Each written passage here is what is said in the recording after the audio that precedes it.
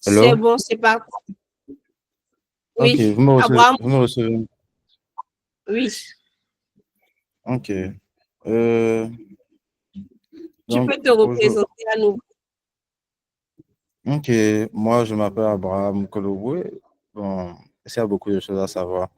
Je suis passionné d'IA et de data. Donc, aujourd'hui, on va principalement parler, en fait, de data engineering. Donc, le but de la séance, ça sera de voir comment est-ce que, à quoi ressemble déjà le quotidien d'un data engineer et qu'est-ce qu'un data engineer est amené à faire, les challenges qu'il va rencontrer et tout, et de pouvoir en fait construire un petit projet, déjà un petit projet personnel en fait, que vous pouvez ajouter dans votre portfolio pour pratiquer un peu ce genre de choses. Donc, c'est le but de la séance d'aujourd'hui. Hum, Donc, un instant, je vais partager mon écran et on va pouvoir commencer.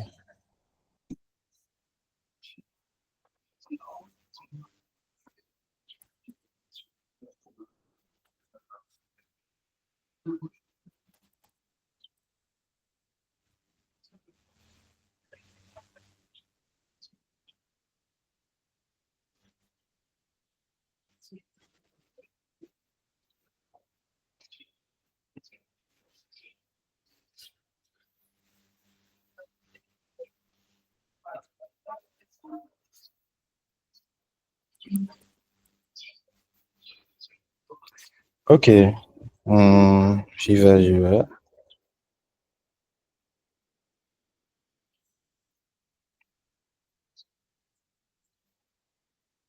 Ok, là, est-ce que vous voyez mon écran?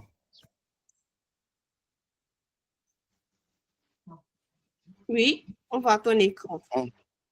Ok. Donc, comme j'ai dit, on va parler des fondamentaux de data engineering aujourd'hui. Ce qu'un data engineer est censé faire et tout. Donc, on va développer le cycle de vie des données en entreprise ou dans un projet. Il y a un projet data de A à Z. Et on va prendre des questions s'il y a des préoccupations dans un premier temps. Cette première partie-là, en fait, elle fait surtout office de culture générale pour que tout le monde puisse être au même niveau sur les thèmes qu'on va employer, qu'on va utiliser tout au long de la présentation. Donc, le data engineering, on a dit que le data engineering, ça se concentre sur la conception des infrastructures data, leur maintenance. Quand on parle conception, on parle architecture, on parle des données qu'on doit déplacer, comment est-ce qu'on doit les stocker, comment est-ce qu'on doit les modéliser, qui doit y avoir accès, qui ne doit pas y avoir accès, comment est-ce qu'on sécurise ces données-là et tout, comment est-ce qu'on s'assure qu'on a des données de qualité dans nos entrepôts de données et tout. Donc, c'est principalement c'est surtout un rôle disons, de support au sein de la team data. Pas seulement de support parce que c'est réellement la base, en fait. Euh, donc, on se base beaucoup sur son travail pour faire des analyses, pour faire du ML, ce genre de choses. Donc, des données de qualité, des analyses de qualité forcément, des IA de qualité également. Euh, donc, on va probablement parler des systèmes OLTP et OLAP. OLTP, c'est pour Online Transaction Processing et OLAP, Online Analytical Processing. Pourquoi ces deux thèmes-là en premier? Parce qu'en fait, le but du data engineer, euh, dans la majorité,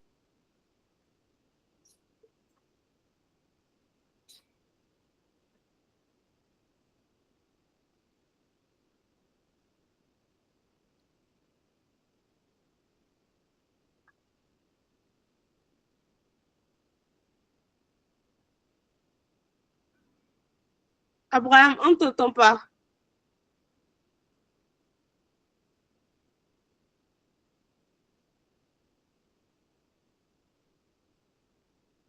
on fait beaucoup de group by, on fait beaucoup de sommes, on fait beaucoup Tu peux de reprendre. catégories. On ne t'entendait pas. Ok, vous m'avez perdu, c'est ça? Oui. Je disais que le but de data engineer ce sera de faire passer en fait et les données qu'on a fréquemment dans des systèmes OLTP, des systèmes transactionnels, c'est-à-dire nos bases de données qu'on a souvent en entreprise, ou en fait qui sont optimisés pour faire des inserts, des updates, des deletes, mais qui ne sont pas optimisés pour faire du calcul, des agrégations, souvent en fait. Et ça, vous allez le sentir réellement quand vous allez passer à l'échelle.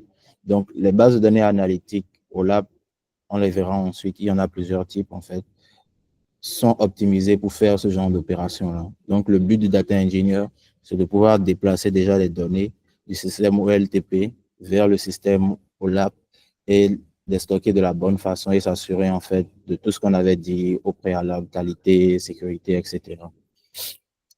Donc, principalement le cycle de vie du data engineering, ça commence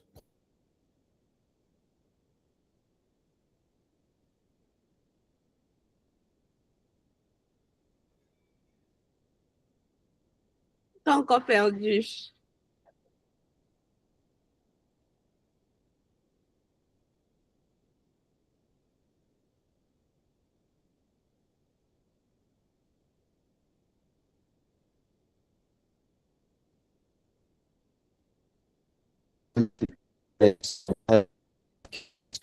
Euh, S'il te plaît, on peut faire généralement, donc je ne sais Vous pas m'avez trop pourquoi. Ouais, on t'a un peu perdu encore.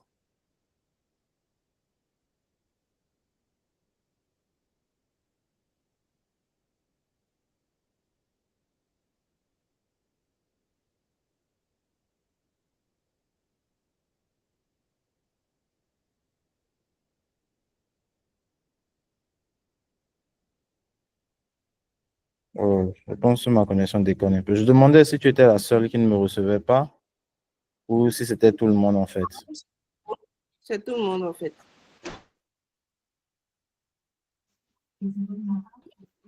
Là maintenant,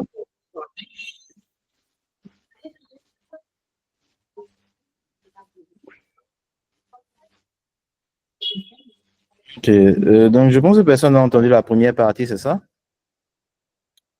jusqu'ici, là où tu as commencé à partir du cycle de vie. Ok, Donc, et ce que j'avais dit sur la slide suivante, finalement, vous l'aviez entendu? oui. Ok, donc on va reprendre en fait. Je disais que au cas où ça commence par bugger, n'hésitez pas à me faire signe. Donc je disais que le Pas de cycle de souci. vie des data, en fait, c'est du data engineer, en fait, la majorité de ce qu'il va faire déjà, il faut qu'il définisse les sources de ces données. Il faut qu'il sache, en fait, les données qu'on a, qu'on doit avoir, en fait, où est-ce qu'on les trouve. Est-ce que c'est des données qu'on a via API qu'on doit aller questionner? Est-ce que c'est des données qu'on a dans des systèmes en entreprise, des bases de données d'un produit, etc. Est-ce que c'est des données qui nous sont fournies par fichier? Comment est-ce qu'on trouve ces données-là? Comment est-ce que on va les prendre? Où est-ce qu'on va les trouver en fait? C'est la première partie ingestion. Et avec quoi on est censé aller les récupérer? Ça, c'est la première partie ingestion, ça. Ensuite, on doit parler de stockage, donc on doit parler des systèmes qu'on va utiliser pour stocker nos données ou du système. Il peut en avoir plusieurs, il peut en avoir un seul. Donc, il faut définir en fait qu'est-ce qu'on utilise pour stocker nos données. Ensuite, il faut définir ce qu'on va utiliser pour traiter et oui, pour traiter et nettoyer nos données. Donc, il faut définir le framework souvent qu'on utilise pour traiter ces données-là. Est-ce que c'est un framework distribué? Est-ce que c'est un framework, peu importe, qu'est-ce qu'on exploite pour faire nos transformations, en fait, sur les données qu'on a, en fait. Ensuite, on doit définir l'orchestration. L'orchestration, ça revient aussi avec la planification, l'ordonnancement, l'automatisation et tout. Donc, quand on parle d'orchestration, spécialement, en fait, on parle de quand on doit aller, quand est-ce qu'il faut définir maintenant, quand il faut aller chercher nos données, à quelle fréquence il faut aller les chercher. Si on essaie de les chercher aujourd'hui et ça ne marche pas, est-ce qu'on attend les règles? Il faut attendre, il faut reprendre, il faut échouer, il faut relancer tel truc après que tel truc soit bon. C'est réellement un chef d'orchestre. Donc, vous devez avoir un outil là pour jouer le chef d'orchestre, pour pouvoir diriger tout ça, aller à gauche, à droite et tout, et pouvoir en fait décider de quand exécuter les tâches, que faire si une tâche échoue, s'il y a un problème, vous alerter, ce genre de métriques et tout. Donc, l'orchestration se regroupe tout cela en fait. Et ensuite, on va parler de consommation et gouvernance, c'est-à-dire maintenant, comment est-ce que le data engineer met les données à disposition de ceux qui doivent l'utiliser, que ce soit les équipes business, que ce soit les équipes data ou même les équipes software. Donc, le data engineer est censé gérer aussi cette partie-là. Euh, donc, pour ce qui est de l'ingestion, on l'a déjà dit, il faut définir les sources de données. Et quand on parle d'ingestion, notamment, il y a deux grands patterns. Le premier pattern, c'est l'ingestion en batch. Et le deuxième, c'est l'ingestion en streaming. Le batch, ça va être que on va en fait récupérer nos données à des intervalles de temps précis. C'est-à-dire, on prend les données en fait de façon, euh, comment je vais dire, de façon discrète dans le temps, hein, si on veut parler un peu mathématiquement. C'est-à-dire que par exemple, je me dis, ah, j'ai mes données, je vais les prendre chaque heure. Donc, je vais prendre les données à la fin de chaque heure, en fait, je vais prendre les données de ce qui s'est passé dans l'heure précédente, ou je vais prendre les données de ce qui s'est passé dans dans la journée précédente.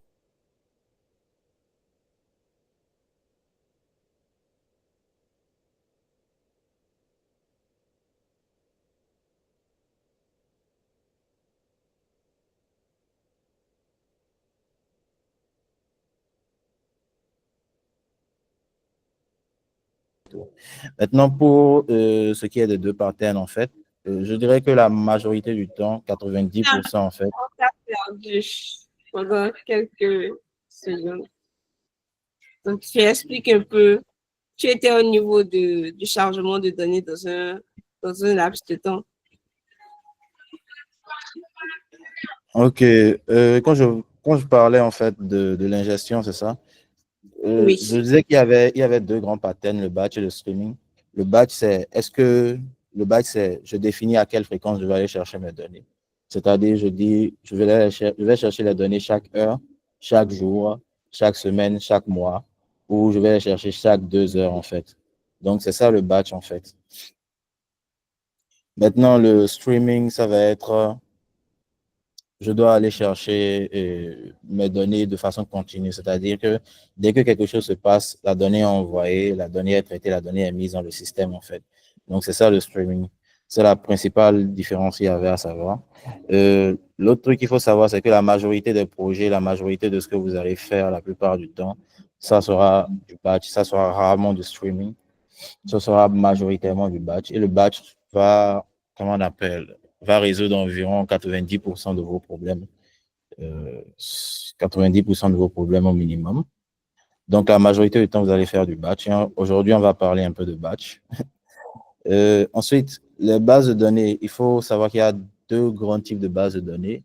Les bases de données SQL relationnelles ou les bases de données NoSQL qui sont non relationnelles. Bon, si on veut dire ça comme ça, de façon un peu bête.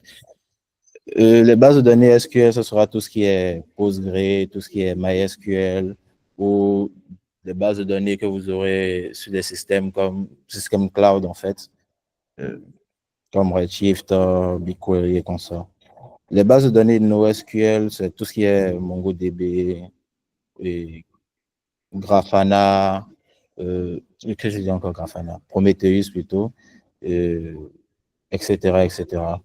Donc, réellement, en tant que data engineer, vous allez beaucoup travailler avec du SQL, donc des bases de données relationnelles. C'est très, très, très utile pour structurer les données. C'est très utile pour les questionner. C'est très utile aussi pour aider les autres à avoir accès à ça et à pouvoir les questionner aussi. Ensuite, on va parler maintenant de stockage.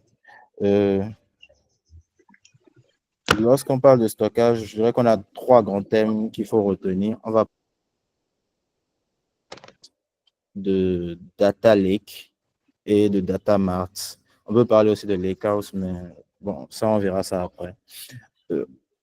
Donc, techniquement, un data warehouse, déjà, qu'est-ce que c'est? Un data warehouse, c'est un OLAP. C'est ce qu'on a dit tout à l'heure, on a défini ce que c'est qu'un OLAP.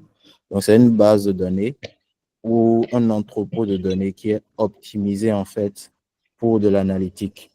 Donc, des exemples de data warehouse, vous aurez des trucs comme Snowflake, vous aurez des trucs comme BigQuery, vous aurez des trucs comme Redshift, ou encore vous aurez des systèmes comme ClickHouse ou parfois même du Postgre, hein, ça dépend. Mais réellement, c'est ça le but du data warehouse. Donc, dans le data warehouse, les données sont optimisées pour faire de l'analytique. Elles sont structurées, elles sont rangées, elles sont bien organisées, elles doivent être propres. Donc, le data warehouse, c'est réellement la partie où tout est organisé. Donc, vous arrivez en fait dans un data warehouse, c'est un peu comme si vous arrivez dans une bibliothèque où chaque livre est sur son étagère et tout est correct, en fait, tout est bien disposé. Le data lake, c'est un peu plus différent, dans le sens où le data lake, en fait, c'est un peu, disons qu'on met un peu de tout.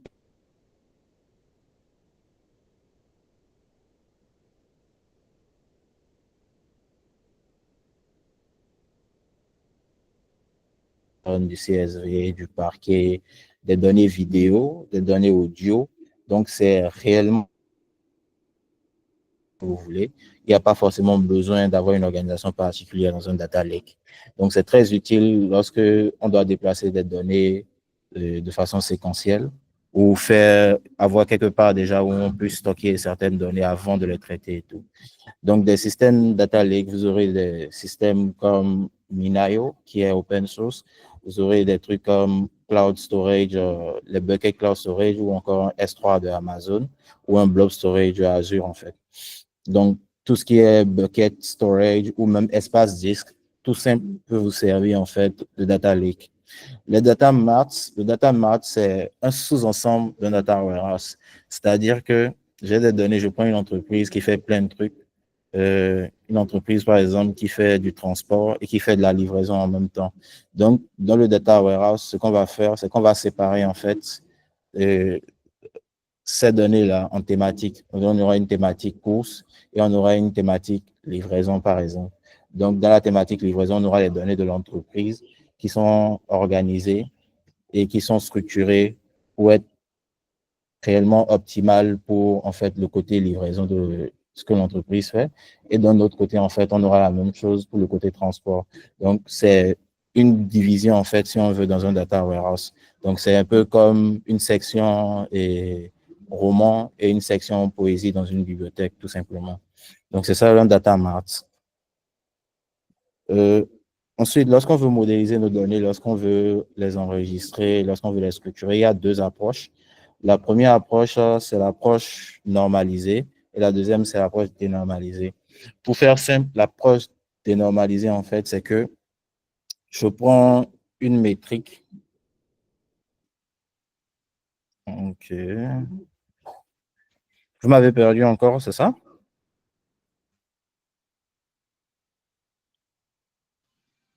Non, et je pense qu'il y a une personne qui n'arrive pas à suivre depuis un instant.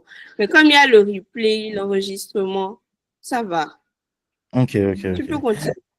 Donc, je disais tantôt que l'approche dénormalisée, c'est-à-dire vous allez combiner en fait plusieurs de vos tables, plusieurs de vos informations pour avoir une donnée précise. Je prends un exemple.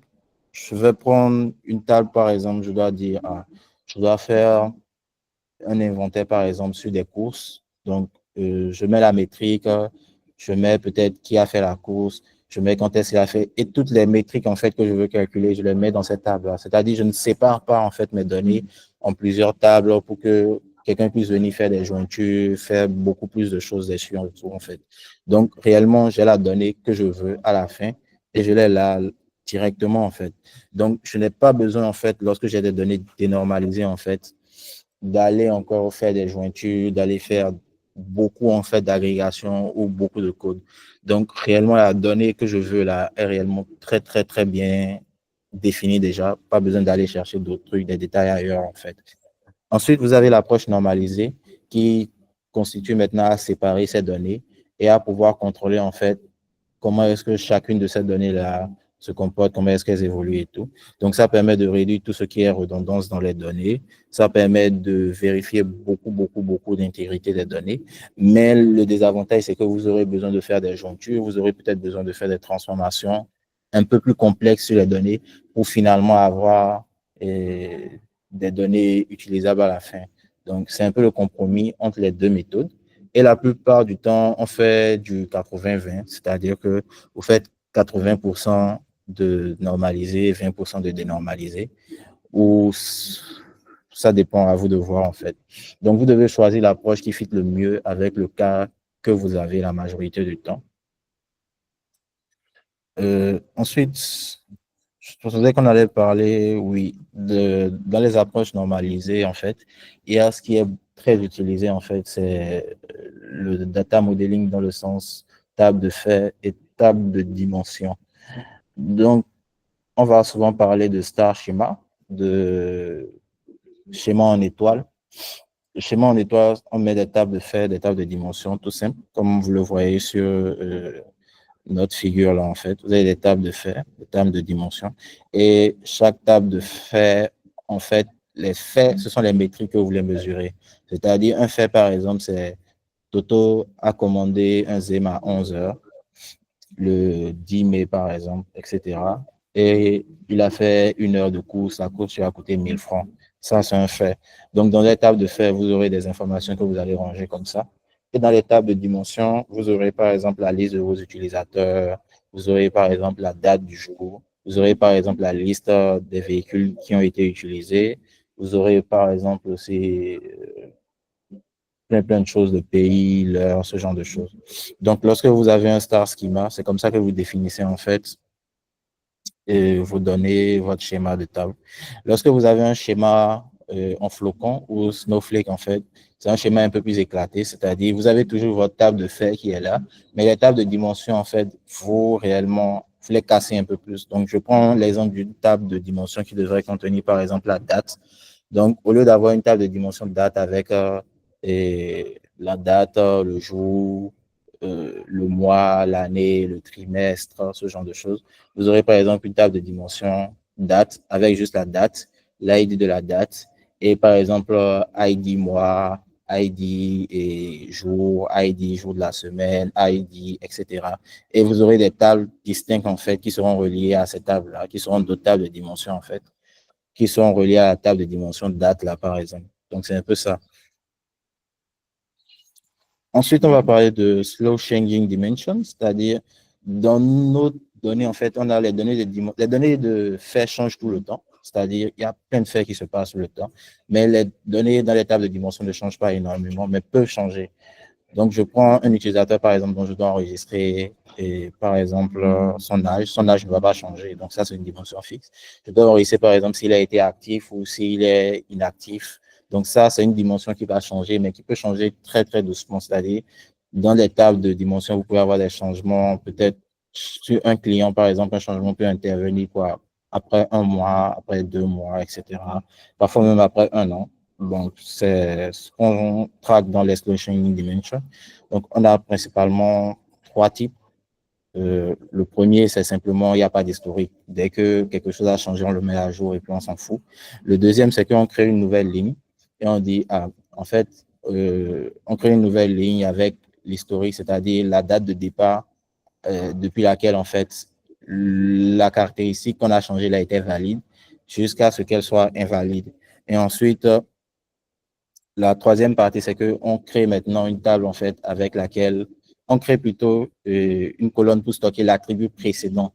Vous voyez, s'il était inactif, on aura statut avant, statut après, par exemple.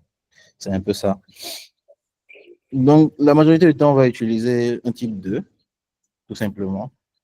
Je pense que c'est tout ce qu'il y a à dire. Bon, il y a beaucoup plus à dire, mais je ne vais pas m'attarder dessus. Maintenant, on va parler de quel mécanisme on utilise maintenant pour gérer tout ça. Donc, on va parler des ETL et des ELT. Lorsqu'on parle de TL, E, c'est pour extract, T pour transform et L pour loading. Donc, le extract, on va récupérer nos données. Le transform,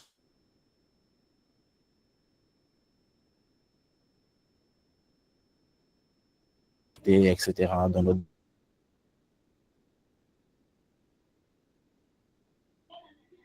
On t'a encore perdu très courant aujourd'hui. au niveau de On t'a perdu au niveau de l'ETL. E comme extract pour aller chercher les données, transforme comme à partir de là. OK, je disais T pour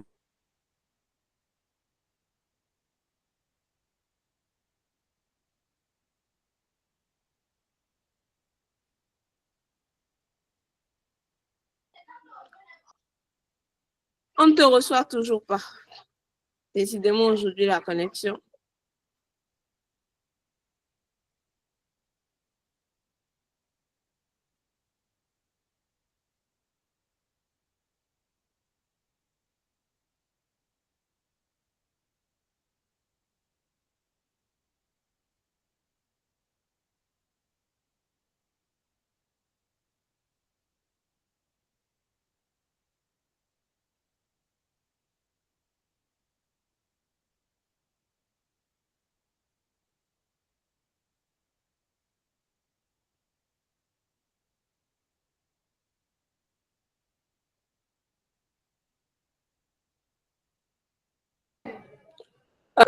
Abraham nous a quittés, il va revenir bientôt. Donc, en attendant, on va souffler un peu. Je ne sais pas si vous avez des questions. Vous pouvez les mettre dans le chat et tout. Il va revenir bientôt. Dans un instant, il est là.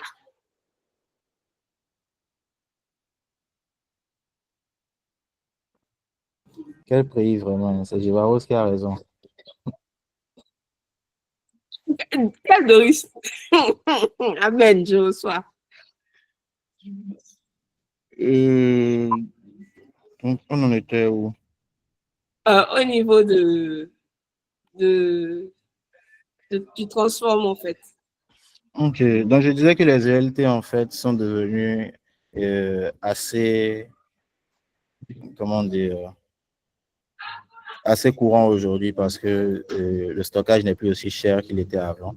Donc là, la majorité du temps, on fait des ELT et c'est aussi très pratique dans beaucoup de cas pour certaines raisons. Donc, je pense aujourd'hui, on va voir un ELT, on va faire un ELT ensemble. Et, oh, ok. Ok, donc maintenant on va parler d'orchestration. Comme j'ai dit, l'orchestration, c'est planifier tout ce que vous voulez, c'est dire dans quel ordre ça doit s'exécuter, c'est dire comment est-ce que les tâches doivent être faites et tout. Donc, lorsqu'on va parler d'orchestration, il y a le tout-puissant, le seul et unique, le maître cron. Donc, ceux qui sont habitués à faire des crons dans des points SH, pour eux, en fait, c'est rien. Maintenant, bon, je dis ça pour rien. Principalement, quand on va parler d'orchestration, data engineering, on va principalement parler de Apache Airflow, qui est l'orchestrateur le plus utilisé aujourd'hui. Donc, vous allez parler de Airflow, vous allez parler de Daxter dans certains cas, de Prefect ou de Mage. Donc, ce sont des outils qui vous permettent en fait de définir des tâches et de mettre ces tâches dans ce qu'on va appeler des DAG, Directed Acyclic Graph. Donc, vous allez pouvoir définir vos tâches, vous allez pouvoir définir dans quel ordre ces tâches-là s'exécutent.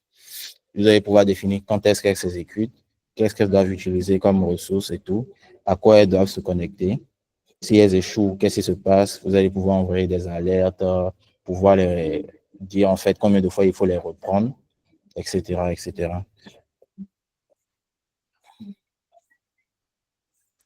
Donc aujourd'hui, on va parler de la Modern Data Stack. C'est un thème que vous allez peut-être voir revenir très longtemps, qui regroupe en fait tous les outils qu'on a dit, les différents composants, c'est-à-dire ingestion, stockage, traitement, consommation, visualisation.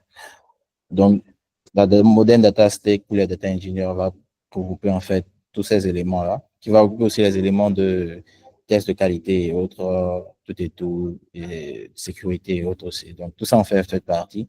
Et aujourd'hui, il y a énormément d'outils en fait pour gérer en fait une data platform, pour créer une data platform, pour la maintenir et tout. Donc, pour vous donner une idée, la Modern Data Stack, quand vous allez chercher sur Google, vous allez souvent trouver des cartes comme ça qui vont vous regrouper en fait les différents outils que vous pouvez utiliser pour chacune des composantes, chacune des parties en fait de votre plateforme data. Vous n'êtes pas exhaustif, hein, je pense qu'il y a des images bien plus larges avec bien plus d'outils. Mais je trouvais que celle-ci fitait pas mal déjà. Donc, quand vous allez parler ici de stockage, on a déjà vu certains des services là, au niveau stockage, visualisation, euh, orchestration et autres. 5 data pour tout ce qui est extraction, chargement et tout. Discover and Trust pour tout ce qui est exploration, pour tout ce qui est mise à disposition des données, partage, etc., sécurité et tout. Donc, je pense qu'on a abordé à peu près tout ce qu'il fallait savoir sur les fondamentaux, sur les thèmes techniques. Et aujourd'hui, en fait, on va faire un petit projet en fait analytique pour montrer comment est-ce que vous pouvez potentiellement construire votre data platform, choisir des outils et pouvoir orchestrer ces outils-là, etc., etc. Et potentiellement, comment ça peut vous aider aussi à collaborer lorsque vous êtes en équipe. Donc, j'ai fini pour cette première partie. Je pense qu'on peut s'arrêter, prendre quelques questions et pouvoir continuer avec la suite. Donc, Merci. Il y a Jasmine, déjà je te une passe la question. parole. Oui, il y a déjà une question. Il y a Monsieur Olo qui demande est-ce que Prometheus est une base de données? Qu'il a cru entendre ça lorsque tu parlais des différentes bases de données avant la partie Data Warehouse, Data Lake. Oui, oui, oui. Prometheus, c'est une base de données time series. C'est principalement utilisé pour ceux qui font en fait les ops, qui vont utiliser ça suivant avec Grafana pour visualiser. Donc, une base de données time series, ça a ses avantages aussi dans le sens où lorsque tu dois stocker tes données, par exemple, euh, parfois, ça te donne la possibilité, par exemple, lorsque ta donnée était 0 hier et que ta donnée aujourd'hui c'est 1, après-demain c'est 2, c'est 5, c'est 10 et tout. Au lieu de stocker la donnée en dur comme ça, en fait, tu peux juste stocker les différentiels et dire, bah, on a quitté 0 et 5 secondes après, on avait plus 2, on avait plus 5, on avait plus 7. Donc, Prometheus, c'est une base de données qui peut te permettre de stocker tes données comme ça de façon time series, optimisée réellement pour gérer les séries temporelles, c'est-à-dire l'évolution de quelque chose au cours du temps, et qui peut aussi vous permettre de faire cette modélisation genre avec les différentiels pour plus de performance aussi. Donc, ça peut être utile aussi pour un data engineer, mais principalement, c'est très utile pour faire du monitoring de l'infrastructure et tout. Oui, on a coupé la présentation d'abord. Je ne sais pas si vous en avez besoin. Non, OK. la présentation, on pourra la partager après, hein, c'est vraiment pas un souci. Après, il n'y a pas de souci. OK. Il y a M. Ozeki qui dit qu'il n'a pas capté la différence entre ELT et ETL. Donc, les les ETL extract, transform et load, c'est-à-dire tu vas chercher tes données, tu n'enregistres pas forcément ces données-là quelque part, tu peux les garder en mémoire, tu les traites et tu enregistres le résultat quelque part. C'est ça l'ETL en fait. Donc tu prends, tu fais ce que tu as à faire dessus, tu enregistres et la donnée même de base en fait, tu n'en as plus besoin, tu libères ça en fait. Tu vois. Donc ça c'est l'ETL. L'ELT, c'est que tu vas chercher les données, tu les enregistres quelque part. Et ensuite, maintenant, tu peux faire les transformations que tu veux dessus. Donc, ces données-là sont stockées de façon permanente, en fait. Donc, c'est ça l'ELT, en fait. Ensuite, tu peux les transformer, les stocker, en fait, dans un autre système. Souvent, en fait, on ne fait pas uniquement de l'ELT ou uniquement de l'ETL. On fait les deux d'une certaine façon parce que d'un moment à l'autre, en fait, surtout quand tu travailles de gros volumes de données, il faut que tu stockes quelque part, il faut que tu transformes quelque part, il faut que tu libères aussi. Donc, je dirais que les deux s'imbriquent un peu. Mais j'espère que je ne t'ai pas embrouillé avec ce dernier truc-là, en fait. Donc, je pense que... Il y avait d'autres questions encore après ça.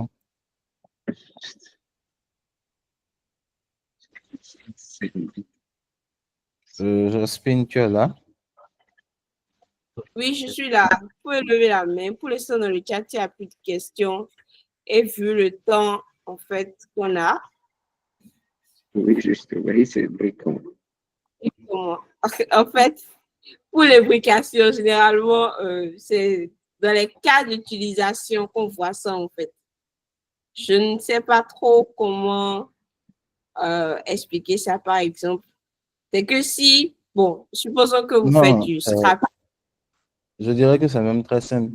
Tu veux, par exemple, charger des données d'une base de données SQL, par exemple, et tu as le nom d'une colonne, par exemple, qui doit faire quoi, 50 caractères. Ils ont nommé ça, par exemple, la fille du voisin qui était allée quelque part, je ne sais pas quoi. Ils ont nommé ça un truc du genre comme ça.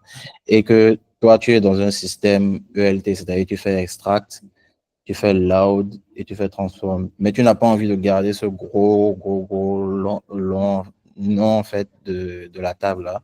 Donc, dans ta requête SQL, tu vas juste renommer ce truc-là. Le fait que tu renommes ça, c'est une transformation que tu es en train de faire déjà, en fait.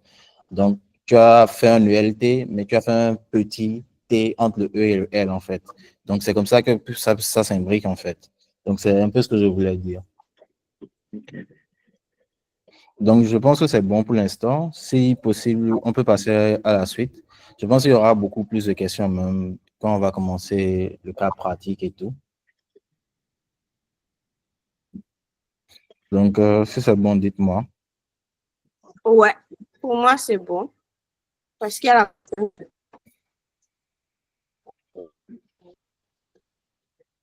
OK.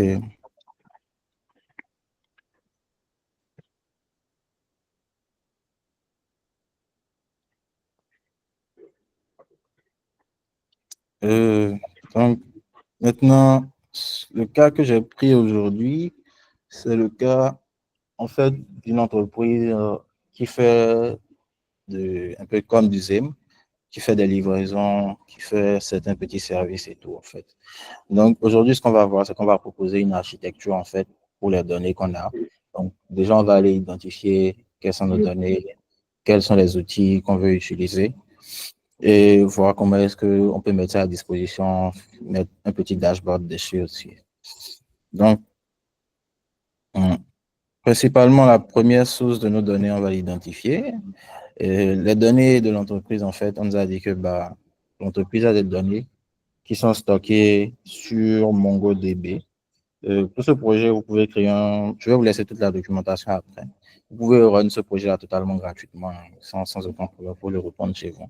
Donc, l'entreprise a des données, en fait, sur un serveur Atlas, un serveur MongoDB, en fait, où l'entreprise stocke certaines de ces informations, notamment les pays, les villes où l'entreprise est implantée, les chauffeurs, les utilisateurs, les notes qui sont données aux chauffeurs, les notes qui sont données à tous ceux-là, aux chauffeurs, aux utilisateurs, c'est-à-dire aux passagers aussi.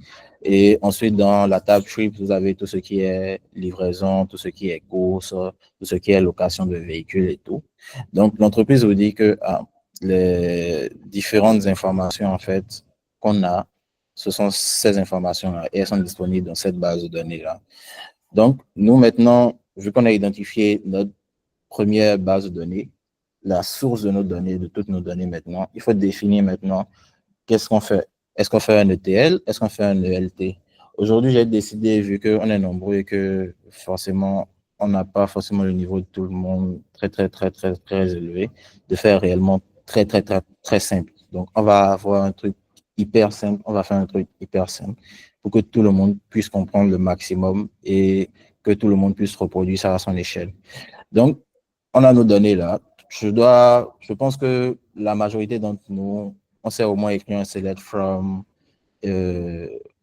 table et lancer genre un SQL classique.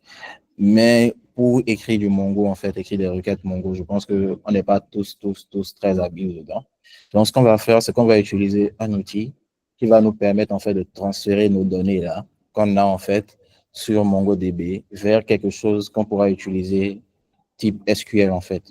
Et pour faire cela, pour faire cette ingestion, je rappelle, c'est la pratique ingestion maintenant, on va utiliser un outil de la moderne Datastick qu'on appelle Airbyte. Donc, Airbyte, on va utiliser la version cloud qui propose un essai gratuit, je pense, de 15 jours. Non? Donc, on va l'utiliser et on va pouvoir, en fait, déplacer nos données de Airbyte là vers... Oh là là. OK. De Airbyte vers Snowflake qui sera notre data warehouse et notre stockage de données. Snowflake, bon, on y reviendra après sur l'architecture. Donc, pour Airbyte, vous allez aller sur Airbyte Cloud. comme ça. Vous allez vous inscrire, bon, je vous laisse faire ça. Vous allez vous inscrire, mettre vos identifiants et tout. Et pour ce qui est de Airbyte, vous allez définir maintenant une source de données. Vous allez aller dans Nouvelle source, comme ça. Vous allez chercher le connecteur qui correspond au type de données que vous avez. Airbyte, c'est réellement très puissant dans le sens où vous avez plus de 400 ou 500 connecteurs différents pour déplacer des données, pouvoir les streamer, plein de trucs. Donc, si vous voulez faire de l'ingestion avec un outil automatique, c'est très bien. Vous pouvez l'installer aussi via Docker, tout ce que vous voulez. Donc, ici, on va chercher un MongoDB. On voit que MongoDB est disponible. On va renseigner l'URI. L'URI, c'est tout simplement, en fait, c'est tout simplement l'URL, si on veut, hein, même version base de données, en fait. Donc, voici un peu à quoi ça doit ressembler. Là, on spécifie que c'est une URI qui vient de Atlas. On spécifie le nom de notre base de données. C'était quoi déjà? Voilà, c'était ça. C'était ça. Notre nom d'utilisateur. Nom d'utilisateur. Ici. Je te donne ça. Non, même ça, c'est pas utile. On a l'URI déjà. Déjà. Je me rappelle de comment est-ce que j'avais fait ça. Bon, on peut revoir ça directement au lieu de setup ça encore. Donc, le nom d'utilisateur, le password. Le password, c'est celui qui est ici. Le nom d'utilisateur, oui, c'est même là. C'est moi, j'avais mal copié. Le nom d'utilisateur est là. Et le password est là. Ensuite, le arrobas, c'est le host, etc. Donc, vous avez juste à copier ça, faire ces petits changements-là et tester en fait que votre connexion passe. Je pense qu'on va le refaire, ça ne coûte rien. Donc, on revient là. Nouvelle source, MongoDB. On reprend notre connexion string, notre nom d'utilisateur. Je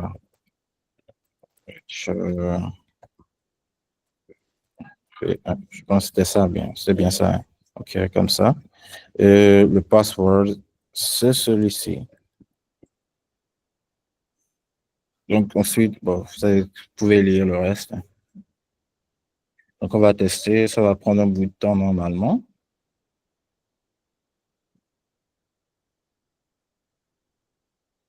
Et ça va nous dire si notre connexion est valide ou pas. Au cas où, par exemple, bon, c'est là, j'ai fait une petite configuration en fait sur Atlas qui fait en fait que l'URI qui est utilisée accepte des connexions de n'importe qui et peu importe d'où elle vient en fait. Mais de base, vous n'avez pas ça. De base, vous devez aller définir dans Atlas la liste des IP qui sont autorisés à accéder à votre cluster. Donc là, maintenant, on a setup notre source de données. Ensuite, il faut maintenant setup notre destination. On a dit que comme destination là, on veut utiliser Snowflake. Voilà. Donc, il va falloir aller chercher Snowflake maintenant ici et pouvoir renseigner les informations qu'on a sur Snowflake, c'est-à-dire le host, le rôle, le data warehouse, la database, etc. Donc, pour ce faire, déjà, on va voir à quoi ressemble Snowflake. Snowflake, je vous laisse vous inscrire aussi. Mais quand vous finissez de vous inscrire, en fait, vous tombez sur une interface comme ça. Vous avez, je vous laisse découvrir un peu le menu, mais principalement les datas qu'on a. On aura ça dans l'onglet data. Vous avez des databases, vous pouvez ajouter des databases, faire des intégrations, vous pouvez migrer vos données. En fait, il y a plein de services. Snowflake, c'est réellement un service cloud avec, c'est vraiment un provider, je peux dire un provider cloud même, avec des services très semblables à tout ce qui est GCP et consorts, mais réellement orienté data et stockage, traitement et tout. Donc, si Snowflake, vous pouvez faire plein de trucs, vous pouvez même faire du MLOps, pouvez faire du machine learning, absolument tout ce que vous voulez. Donc, pour ce faire-là, vous allez créer une base de données. On peut la nommer test comme ça. Votre base de données est créée là. Donc, vous avez les différentes informations. Et dans l'onglet Airbyte, là, normalement, vous devez renseigner le host, c'est-à-dire le nom de votre chose, le nom de votre compte. Ici, le nom de mon compte, c'est ça. Celui-ci, LH, patati patata, et le BS. Donc, vous les mettez ensemble. Je pense est-ce qu'on peut le faire en même temps? Je peux me rappeler à quoi ça va.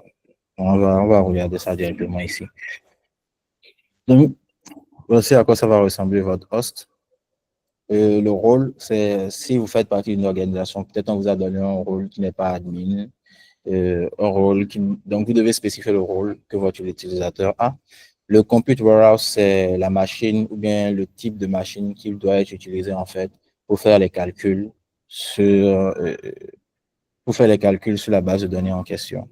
La base de données, c'est la base de données que vous avez créée, le schéma par défaut, votre nom d'utilisateur, le password, etc.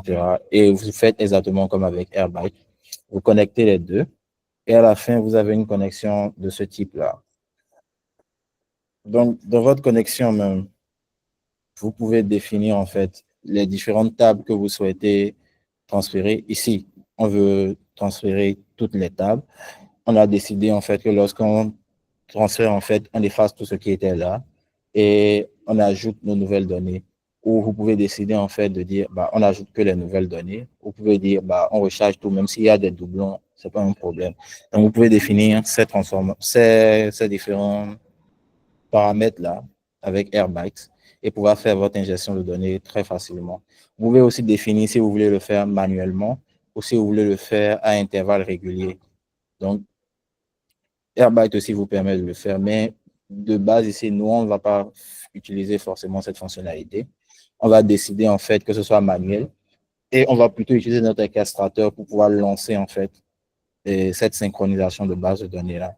Donc, lorsque vous lancez votre synchronisation de base de données, je pense que ça prend assez de temps. Lorsque vous allez dans Airbyte, dans Snowflake plutôt, dans la base de données que vous avez sélectionnée, vous allez retrouver votre base de données là ici, avec les différentes tables. Comme on a les tables City, Countries, Driver, maintenant c'est les mêmes tables en fait qu'on avait de l'autre côté. Donc on va retenir dans l'onglet, où est-ce que c'était déjà? On va créer un worksheet. Un worksheet, c'est un peu comme un notebook en tout cas, pour permettre en fait d'exécuter toutes nos requêtes, d'écrire du code Python, tout ce qu'on veut. Donc on va sélectionner notre base de données, le schéma vers lequel on a importé nos données. On va pouvoir regarder certaines de nos tables. Donc, on va regarder par exemple la table, disons quoi, rating, hein, si on veut. Ratings. Comme ça, et on va lancer. Alors, est-ce que j'ai sélectionné le bon schéma? Oui, c'est bien ça. Donc, il faut mettre le schéma d'abord.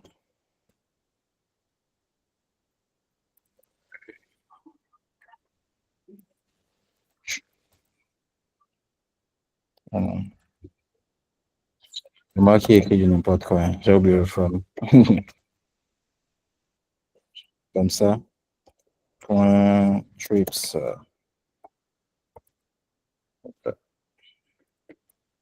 On va afficher quoi?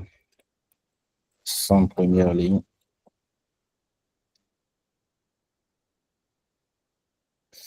Donc, voilà à quoi ressemblent nos données, par exemple, dans la table trip, dans la table trips. Donc, vous avez ces données-là et vous avez ces données-là qui viennent de Airbyte, c'est-à-dire les identifiants qu'Airbyte a mis dessus, la date à laquelle ça a été transformé, ça a été extrait plutôt. Vous avez ensuite les métadatas de Airbyte. Vous avez Airbyte qui vous dit, ah, ça, c'est les données de la génération tant. C'est-à-dire, lorsque j'ai fait mes générations, est-ce que c'est la toute première, la deuxième, la troisième, etc. Donc, vous avez ce petit historique-là qui peut vous être utile aussi. Donc, principalement sur la majorité des tables, vous avez ce même format-là et vous avez vos données qui sont déplacées. Si on regardait dans Atlas, par exemple, on regardait dans Trips, vous allez voir à quoi ressemble une collection, un document Trips, en fait. Donc, voilà, vous avez les ID, vous avez les destinations, quand est-ce que la requête a été faite, quand est-ce que la course a été acceptée, quand est-ce que la course s'est terminée, avec quelle monnaie l'utilisateur a payé, combien il a payé, quelle a été la distance du trajet, etc. Donc, on va déplacer exactement tout ça maintenant des tables SQL, en fait, sur Atlas, tout simplement. Donc, c'est ce qu'on fait avec Airbytes et avec Snowflake. Donc, où est-ce que j'étais déjà? Ensuite, maintenant, il faut parler de... Non, je pense qu'on va continuer d'abord pour l'instant. Donc, on va parler rapidement de Snowflake. Snowflake, c'est un entrepôt de données, un data warehouse qu'on dit souvent moderne, hein, dans le sens où, dans les data warehouse actuels, en fait, dans les systèmes web actuels, surtout sur les providers cloud comme ça, vous êtes facturé à l'utilisation à la requête et vous êtes plus facturé en fait au compute que au storage. Donc, ce qui se passe là, c'est que Snowflake, un peu comme BigQuery ou autre chose en fait, c'est pas en fait l'infrastructure de stockage, l'infrastructure de compute. C'est-à-dire que vous avez des machines pour faire le stockage, vous avez des machines pour faire le compute aussi. Donc, c'est un peu ce qu'on avait vu tout à l'heure aussi dans lorsqu'on devait spécifier en fait le compute engine. Donc ça se présente un peu comme ça. Donc le layer de base, c'est le storage, c'est les bases de données que vous avez. Le layer qui est au-dessus, c'est le processing, c'est-à-dire ce sont les machines. Et comment est-ce que, si on doit rentrer un peu dedans, il y a une architecture aussi pour définir comment est-ce que une requête doit être traitée. Donc elle est traitée de façon distribuée aussi. Elle peut être traitée sur plusieurs machines à la fois pour réellement vous permettre d'avoir un résultat très rapide, réellement être très, très efficace. Et ensuite, au-delà de ça, vous avez maintenant tout ce qui est, tout ce qui est service, comme ce qu'on a vu, les worksheets et les intégrations, tout et tout, que vous pouvez faire dessus. Donc, c'est réellement sur ça, en fait, que Snowflake est très intéressant pour nous comme solution de data warehouse.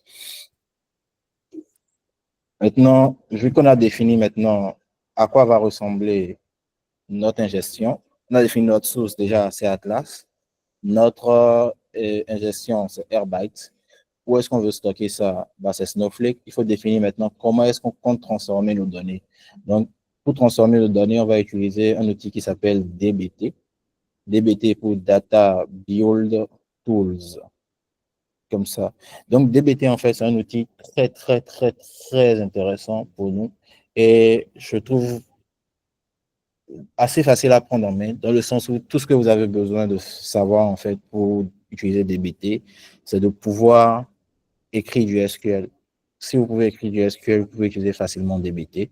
Et ce, peu importe le type de base de données, type SQL que vous utilisez, que ce soit sur du Amazon Redshift, sur du Cloud et BigQuery, sur du Postgre, même sur du Cassandra, sur du ClickHouse, sur du Snowflake, vous avez des connecteurs pour vous connecter directement à cette base de données-là. Donc, vous allez simplement connecter votre base de données à cela, très, très simplement. Et vous allez pouvoir écrire, en fait, ce qu'on appelle des modèles, qui sont simplement des requêtes SQL. Hein. Et vous allez dire, ah, cette requête SQL, c'est un modèle. Et ça, c'est une transformation que vous allez faire, tout simplement. Donc, à quoi ça ressemble? On va peut-être voir un petit exemple. Un petit exemple là. Alors, ce truc-là, ça va fermer. Un petit exemple. Il est où déjà? Je pense qu'on va faire un petit exemple. Euh,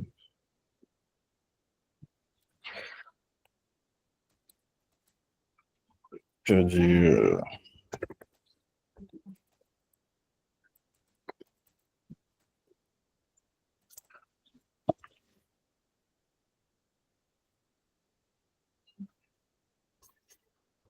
OK. Donc là, on va créer un dossier vide dans lequel on va installer DBT. Pour installer DBT, c'est juste avec un pipe install et tout ce que vous voulez en fait. Donc, on va faire, dans cette installation, on va créer un projet qu'on va appeler, comment est-ce qu'on va l'appeler déjà? Donc, on va l'appeler DBT init et on va mettre comme nom de projet Snowflake, comme ça. Donc, il nous demande qu'est-ce qu'on veut utiliser comme base de données, si c'est du Snowflake, si c'est DuckDB, etc. Donc, on va lancer. Si on veut utiliser du Snowflake, ces informations-là, bon, je pense qu'on va skipper ça, je vais gérer ça après. Bien, est-ce que c'est utile? Bon, je pense qu'on les a déjà quelque part ici. Un instant. En fait, premièrement, là, il vous demande simplement les informations pour vous connecter à votre base de données. Donc, ça, c'est username.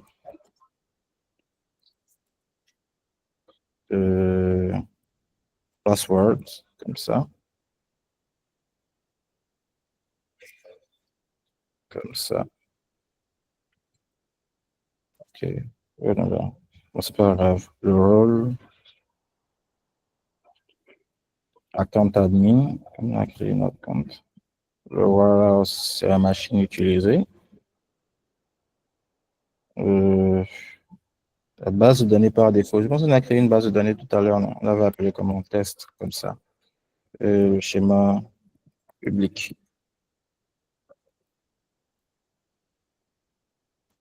OK. Donc, une fois que c'est fait, vous avez ce template-là qui est créé. Vous avez différents dossiers et tout, en fait. Donc, on va copier ce fichier-là. Ici. On va mettre ça là. On va remplacer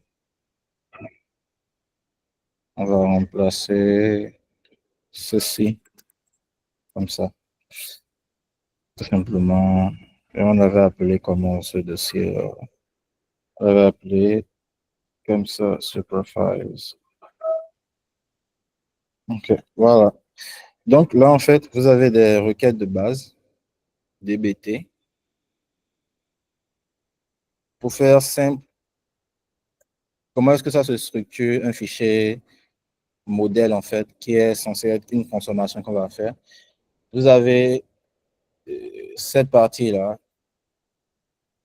où vous allez définir, en fait, votre transformation. Est-ce que vous voulez que ce soit créé en tant que table ou en tant que view? Donc, si vous ne savez pas c'est quoi une table, c'est quoi une table, c'est là où on stocke l'information, en fait, de façon permanente, de façon persistante dans une base de données type SQL. Et une view, en fait, c'est, disons, à peu près la même chose qu'une table, sauf que c'est compute et que ça n'évolue pas forcément automatiquement comme une table. C'est-à-dire que si vous faites une transformation et vous compute, est-ce que c'est même utile de parler de ça? Donc, par défaut, ici, on va juste utiliser des tables pour faciliter la compréhension avec les gens. Donc, ce que vous allez faire, vous allez écrire une requête SQL. Vous pouvez écrire un select from simplement. Vous pouvez écrire tout simplement une requête SQL et lancer la requête. Et cette requête-là va se matérialiser en tant que table ou en tant que view, en fait, dans votre data warehouse. Donc, cette requête, ce sont les requêtes de base qui sont là, en fait. Donc, on a my first model et my second model DBT. Donc, pour lancer un modèle DBT, vous allez faire DBT run, vous allez faire -s et vous allez spécifier le nom du modèle. Donc, ce modèle, il s'appelle my first model. Donc, on va le lancer. Et quand on va le lancer, en fait, vous allez voir que, premièrement, qu'est-ce qu'il dit? On est où là?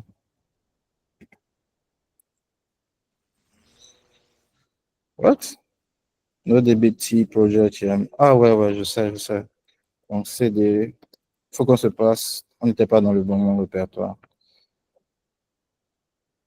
Donc, comme ça, on le lance. OK. Donc, il va lancer notre modèle. Et on voit que l'exécution de notre modèle des succès. Vous pouvez avoir, dans certains cas, en fait, vous avez mal renseigné vos identifiants et vous voulez savoir si votre connexion que vous avez établie à votre base de données passe. Donc, vous allez faire simplement un dbt debug. Quand vous allez lancer, il va vous dire si votre connexion passe ou pas. Donc là, notre connexion est OK. Notre transformation qu'on a lancée là, elle est OK. Donc, si on part dans Snowflake maintenant, si on repart sur Snowflake, on est où? On est ici. Et qu'on va dans la base de données test public, on va rafraîchir.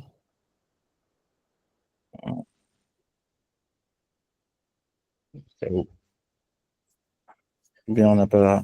Qu'est-ce qu'on a spécifié dans notre fichier là-bas? Ah, merde, on n'a pas mis la bonne base de données. Ouh, on n'a pas mis la bonne base de données. Ok. Donc, on va reprendre.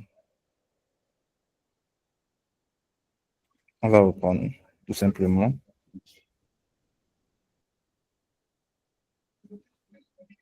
OK. C'est un modèle template, donc il est censé marcher quoi qu'il se passe, hein. Donc là, vous voyez maintenant, lorsqu'on rafraîchit, on retrouve ici en même temps notre table My First Model DBT avec le contenu de la requête. Donc, principalement, c'est comme ça que fonctionne DBT. Donc, vous allez écrire des fichiers SQL et ces fichiers vont se matérialiser en tant que table ou en tant que fio. Donc, ça, c'est le principe fondamental. Il y a d'autres principes qu'on peut aborder sur DBT. Il y a énormément de choses à dire, mais tout n'est pas encore forcément utile. DBT, c'est très important dans le sens où vous allez pouvoir faire vos transformations. Vous allez pouvoir lier vos transformations, c'est-à-dire j'ai une transformation 2 qui dépend d'une transformation 1, j'ai une transformation 3 qui dépend d'une transformation B, C, D et autres. Et vous allez pouvoir visualiser en fait ce qu'on appelle le data lineage, c'est-à-dire les différentes transformations, quelle transformation est dépendante de quelle transformation ne marche pas. Et vous allez pouvoir aussi faire ce qu'on appelle des tests, c'est-à-dire de pouvoir vérifier si effectivement je n'ai pas de doublon, pouvoir s'assurer de la qualité de nos données, pouvoir s'assurer que par exemple, dans la table âge, par exemple, on n'a rien qui dépasse 1000, ce genre de choses. Donc, vous allez pouvoir vous assurer de ça avec des tests DBT. Donc, on va voir ça en profondeur tout à l'heure. Et maintenant, on va retourner à notre schéma et définir maintenant qu'est-ce qu'on veut utiliser pour faire notre orchestration. Donc, pour faire notre orchestration, on va utiliser simplement Apache Airflow.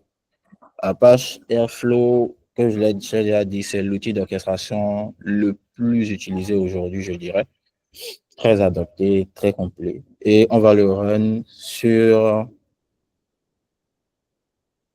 Astronomer, qui est une sorte de provider cloud aussi, spécialisé pour Apache Airflow, qui propose énormément de trucs à côté, très chouette aussi.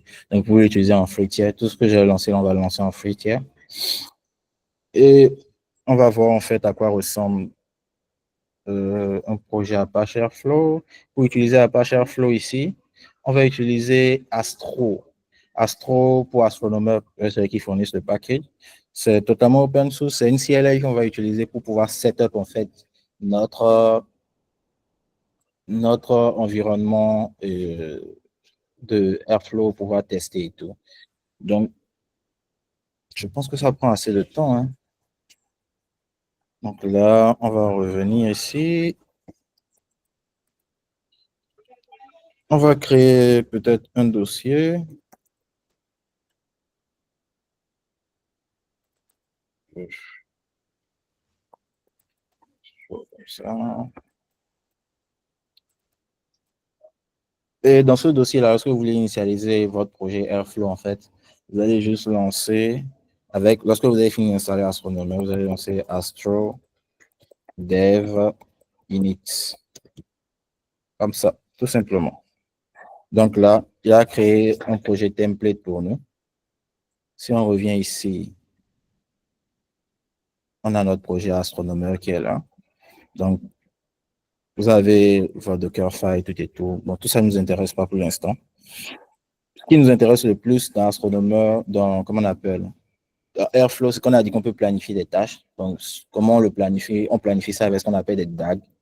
Donc, des DAG, vous définissez vos tâches, vous définissez leur exécution, vous définissez quand est-ce qu'ils doivent s'exécuter et tout. Donc, vous allez aller dans le fichier DAGs, dans le dossier DAG plutôt, et vous allez créer un dossier, un fichier .py en fait DAG et pouvoir le lancer en fait. Donc, de base, en fait, il vous crée ce petit DAG là qui est un exemple où vous allez définir tout simplement en fait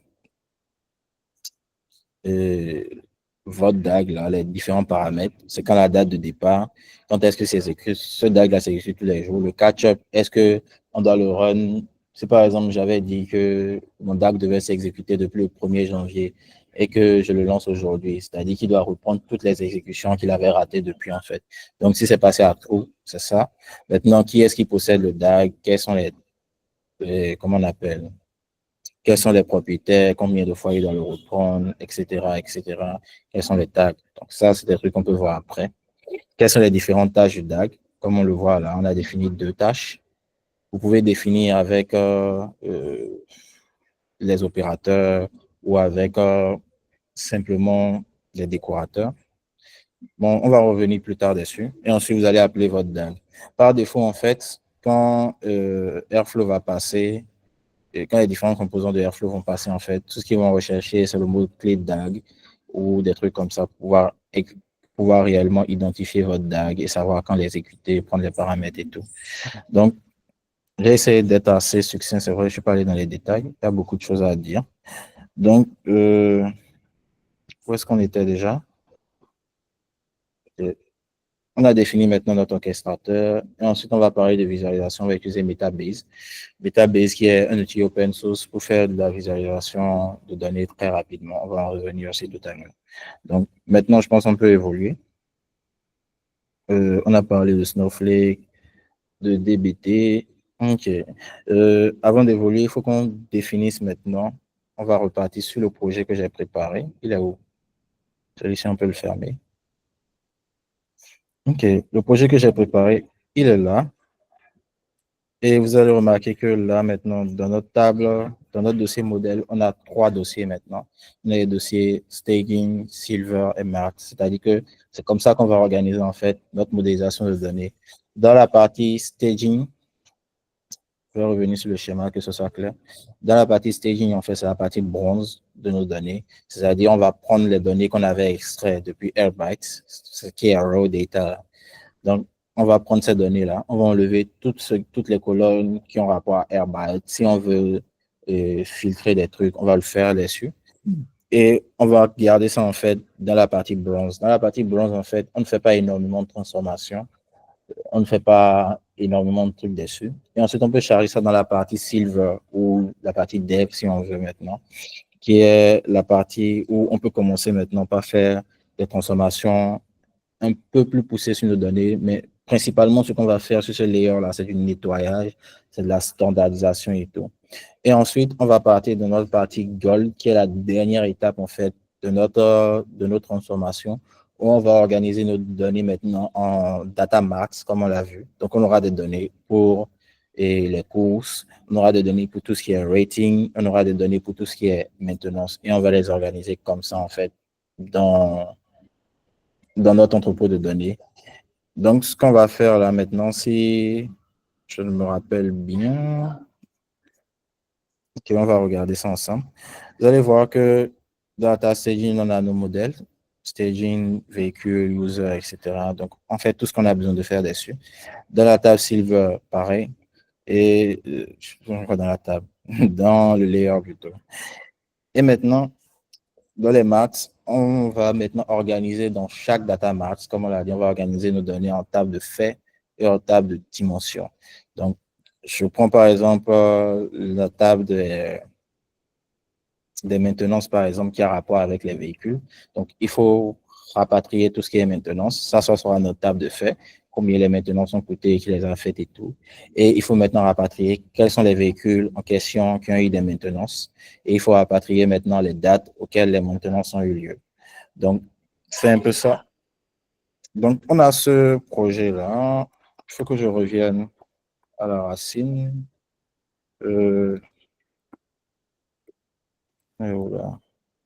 OK. Comme ça.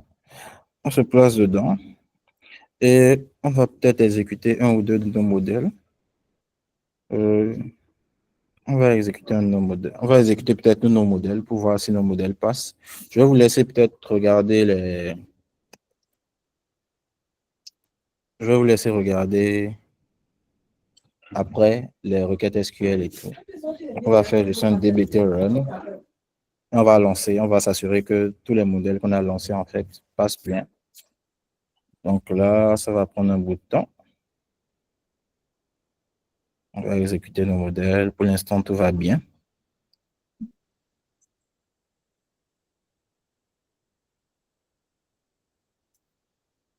OK, donc nos modèles, c'est bon maintenant. Donc, on est sûr maintenant que notre projet DBT passe. Pour entrer un peu plus dans les requêtes, ce que je vais dire en fait, c'est qu'on va montrer ici comment est-ce qu'on écrit une requête type DBT. Premièrement, vous allez devoir écrire le config, comme on l'avait vu, c'est un Jira template, c'est comme ça s'appelle. Donc, on va définir en fait notre, le type de matérialisation qu'on veut, soit c'est une table, soit c'est une view. Donc, sincèrement, vous pouvez vous arrêter là. Si vous voulez déplacer la requête dans un schéma précis en fait de données, vous allez dire, ah, le schéma vers lequel je veux que ça se déplace, c'est celui-là. Et ensuite, vous allez écrire votre requête. Principalement, ici, on va écrire ce qu'on appelle les CTE, donc des requêtes SQL intermédiaires, en fait. Donc, on va aller là maintenant, par exemple, si je prends la table véhicule, on va aller sur la table des véhicules qu'on a de base dans notre data warehouse. On va sélectionner les colonnes qui nous intéressent simplement. On va convertir ceci en colonne date pour être sûr que c'est au bon format. Et ensuite, on va faire un select from. Et ce select from là, c'est le résultat. Donc, c'est le résultat de la query, en fait, le résultat de la requête, en fait, qui est enregistré en tant que table. Donc, quand ça, c'est exécuté maintenant, vous allez sur Snowflake et vous regardez ici. Voilà, là, on a dit qu'on veut ça dans le schéma STG, qui est là, tables. Donc, tous nos modèles sont là. Il n'y a aucun souci avec ça. Truc à me gêner. Donc, aussi simple que ça, en fait. Donc, c'est comme ça que ça va se passer. Pareil pour tout ce qui est silver. Donc, ce qui est dans l'étape silver, maintenant, on a dit qu'on veut avoir un linéaire, c'est-à-dire on veut pouvoir utiliser la couche précédente pour pouvoir implémenter la couche suivante. Donc, vous allez utiliser ce qu'on appelle des refs. Vous allez référencer, en fait, vos modèles. Vous allez dire, ah, ce modèle-là, en fait, lorsque je fais select from, le modèle en question, le from, en fait, la table dont il doit aller prendre les données, c'est la table STG user là-bas. Donc, cette requête-là, techniquement, elle va aller regarder, elle va vérifier, par exemple, que cette table STG user là, c'est bien exécutée et est dans le data warehouse là-bas. Donc, quand c'est exécuté, ça peut passer, en fait. Donc, c'est ce qu'on va faire, en fait, pour les tables silver, pour les tables mart, etc., etc. Donc, une fois qu'on a défini tout ça maintenant, il faut qu'on voit à quoi ressemble Airflow et comment est-ce qu'on peut l'utiliser maintenant pour faire notre orchestration. Donc, on va aller sur Astronomer Cloud. Où est-ce que c'est? OK, voilà. Donc, lorsque vous arrivez sur Astronomer Cloud, vous devez créer un projet. Ça, c'est dans les trucs vous allez créer ce qu'on appelle un déploiement, en fait. Dans le déploiement, vous allez devoir définir, en fait, le nom de votre déploiement. Si vous avez un provider particulier que vous voulez utiliser, si vous voulez, par exemple, rattacher une machine personnelle à vous de voir et tout. Mais ici, on va faire simple. On va créer un truc, on va appeler ça test. On va utiliser Azure. On va laisser les paramètres par défaut. Et on va simplement setup notre déploiement. Notre déploiement là, il est bon. Ça va prendre un peu de temps à se créer. Et au final, quand le déploiement est créé, en fait, il va nous permettre d'aller sur l'interface tout simplement de Airflow, où on pourra tester un premier DAG, par exemple, et voir à quoi ressemble Airflow, à quoi ressemble lui et tout. Ça prend trop de temps. Donc, techniquement, en fait, l'interface de Airflow, ça va ressembler à ça. J'aurai 4 onglets principaux. Le premier, ce sera l'onglet Home, en fait, où vous aurez les différentes statistiques par rapport à ce qui se passe et tout. Vous aurez l'onglet DAGs, où on aura les différentes DAGs qu'on a dans... Il faut que l'autre là soit prêt d'abord. OK, ça c'est prêt.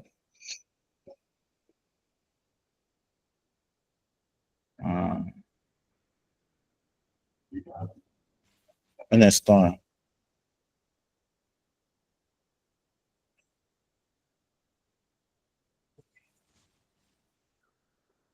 C'est pas grave. Donc, vous aurez l'interface où vous avez vos DAG. Et un DAG, on l'a dit, ça ressemble à quelque chose comme ça. Vous allez pouvoir voir ça ici. Donc, c'est à ça que va ressembler un DAG. Ce sera une suite d'informes, une suite de tâches.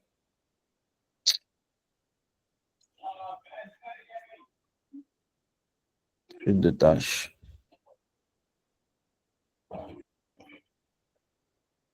Voilà. Donc, votre DAG va ressembler à ça. Vous aurez les différents types de tâches, etc., etc. Donc, réellement, vous allez définir l'ordre, quand et comment ça doit s'exécuter. Donc, lorsque vous faites une exécution, vous allez le voir ici, vous pouvez voir les différents états de vos exécutions, vous pouvez les planifier et tout. Donc, sans plus tarder maintenant, je pense qu'on a assez bavardé et tout. On va réellement passer dans le vif du sujet. On a vu comment mettre en place un projet Airflow avec Astronomer, comment mettre en place un projet DBT. On va voir comment lier les deux maintenant, faire en sorte que DBT, en fait, et Airflow maintenant puisse aller run à la fois Airbyte, run à la fois les modèles DBT maintenant. Donc, ça, c'est ce qu'on va voir à présent. Donc, on va retenir sur le projet d'aujourd'hui pour réellement, en fait, ce projet-là, de base, vous devez utiliser un paquet qui s'appelle Cosmos, qui est fourni par Astronomer.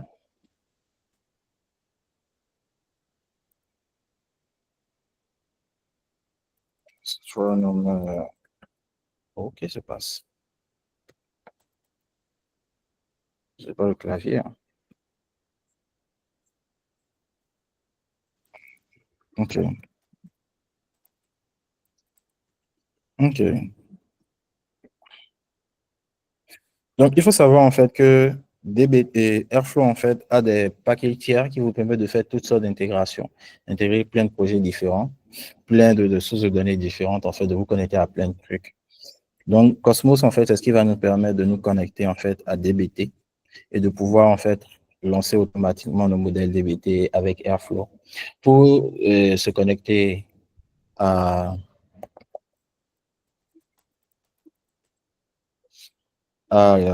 Airbyte, on va utiliser le package. Voilà, on va aller à Airbyte comme ça. Donc, on va utiliser ce package-là pour pouvoir synchroniser en fait Airbyte et Airflow. Donc, on va revenir en fait ici. On va définir, d'abord pour Airbyte, on va définir un DAG.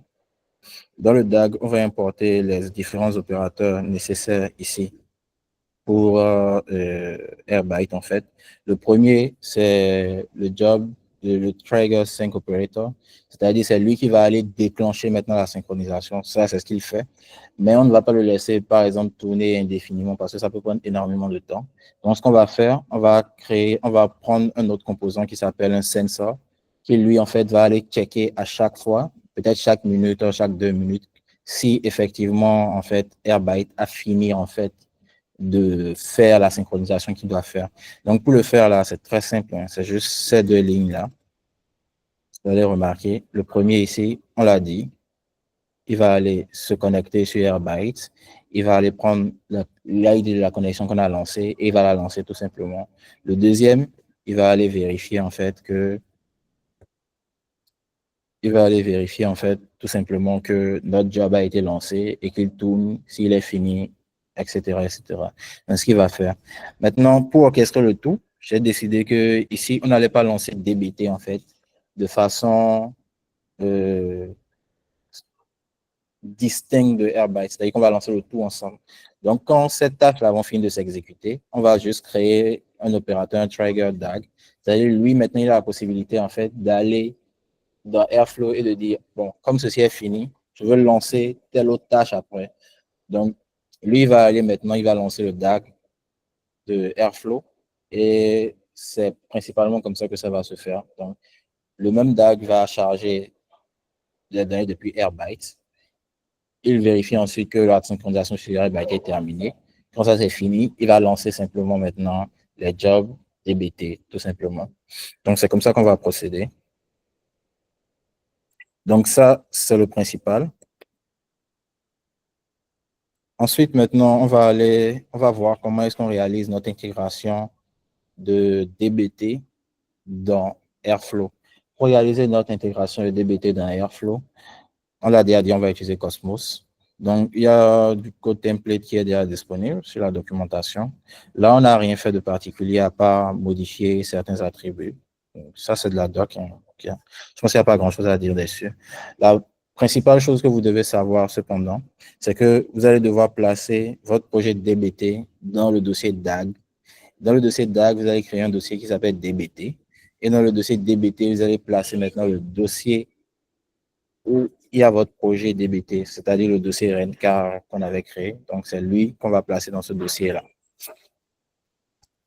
Et on va expliquer ici, vous allez juste changer le nom. Vous allez juste mettre en fait la localisation de votre projet. Comme je l'ai dit, DAG, DBT, Start, RENCAR, c'est tout. On n'a pas défini d'intervalle de quand est-ce qu'il faut exécuter ça, pas de catch-up. On a défini le nom. On a dit qu'au maximum, il faut reprendre 2 fois. Donc, c'est tout ce dont vous avez besoin. Et en fait, Airflow, le paquet Cosmos, il va se charger d'aller mapper absolument tout ce que vous avez comme modèle, les dépendances, etc. sur DBT. Et il va pouvoir les importer directement dans Airflow. Donc, ici, quand on a fait tout ça, en fait, ce qu'on a fait, c'est qu'on a simplement poussé tout ça sur GitHub. Et on est allé dans l'interface de Astronomer et on lui a dit en fait que le projet qu'on est en train de lancer, en fait, son repo GitHub est là-bas. Donc, ce que tu vas faire, en fait, tu vas aller sur le repo GitHub et à chaque fois qu'il y a un changement, tu vas importer les changements et nous, on va les voir directement. Donc, si je repars ici, dans le déploiement que j'avais créé pour le projet, vous allez voir que cette intégration a été réalisée. Et on peut voir le repo sur lequel on est censé travailler. Donc, le repo est là. Et à chaque fois qu'on a fait un push, à chaque fois qu'on a fait une modification, en fait, on a eu directement, en fait, l'input, on a eu directement le déploiement, en fait, sur Astronomer de l'autre côté. Donc, on va ouvrir notre Airflow. On l'ouvre et on tombe là. Donc, on va regarder tout simplement notre DAG. Le DAG principal qu'on a, c'est le DAG de DBT. Donc, le DAG plutôt le plus important, c'est celui de DBT. Comme on l'avait vu là, en fait, nos modèles DBT, je vous avais dit qu'on les avait lancés et, comment on appelle, avec des dépendances et tout. Donc, vous pouvez voir l'arbre de dépendance de vos tâches, en fait. Et pour chacun des modèles qui est là, en fait, et le paquet Cosmos va simplement, en fait, créer une tâche spécifique, en fait. Je ne sais pas pourquoi je n'arrive pas à cliquer, hein. C'est bizarre. Qu'est-ce qui se passe? OK. Donc, dans le même temps, si vous avez écrit aussi des tests pour certains de vos modèles, vous aurez des tests, vous aurez le run, vous avez le test, etc. Donc, ça, on peut le lancer, mais ça prend aussi assez de temps. Je n'ai pas envie de lancer ça encore. Donc, on va voir maintenant le DAG de Airbyte qui est censé synchroniser les données et lancer le DAG de DBT. Donc, comme je l'ai dit, le premier, lancer l'exécution. Le deuxième, vérifier que l'exécution est terminée. Et le troisième, maintenant, lancer l'exécution du DAG de DBT. Donc, une dernière chose à savoir, c'est que avant de faire tout ça, il faut qu'on établisse nos connexions. On n'a pas forcément besoin d'écrire nos connexions en dur, en fait, dans du code, ou vu que là, on travaille avec un provider cloud. Mais dans l'interface de Airflow, vous pouvez simplement aller dans l'onglet Admin, vous allez dans l'onglet Connexion, et vous pouvez définir vos connexions, comme on l'a vu là sur Airbyte, c'est exactement la même chose. Donc, si par exemple, on veut définir une connexion Airbyte, on va aller chercher le package Airbyte, on va rassembler les informations nécessaires pour Airbyte. Si vous vous demandez où est-ce que vous pouvez trouver les informations pour Airbyte, en fait, vous allez simplement aller sur votre interface Airbyte Cloud, aller dans l'onglet Setting, aller dans l'onglet Application, et vous allez simplement créer une nouvelle application. Et dire ça, c'est test, voilà, tout simplement. Et vous avez l'ID ici. Vous avez le client secret que vous pouvez ajouter en fait dans les onglets sur Airflow là. Parce que c'est, on peut le voir directement. Vous avez, oui, password et le login. Donc ça, c'est ce qu'on va faire tout simplement. On a déjà fait ici, non? Voilà, le login et le password. C'est les deux informations que vous allez récupérer ici. Ça, ce sera votre login, ça sera votre password. Maintenant, dans le DAG qui est censé lancer en fait Airbyte, vous allez voir que j'ai mis ceci, qui est la connection ID. Ça, c'est simplement l'ID de la connexion que vous avez créée entre MongoDB et Snowflake. Donc, pour avoir cet ID-là, c'est encore plus simple.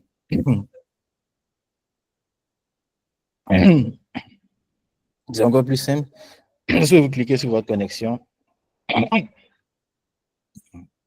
c'est l'ID qui est ici, juste après le slash connection. Là. Voilà. Celui qui est là. Donc, vous le copiez simplement depuis votre URL et vous le déposez dans votre code là, tout simplement, et c'est bon. Donc, ce qu'on va faire maintenant, sans plus tarder, on va lancer notre DAG. On va lancer notre DAG, Airbyte.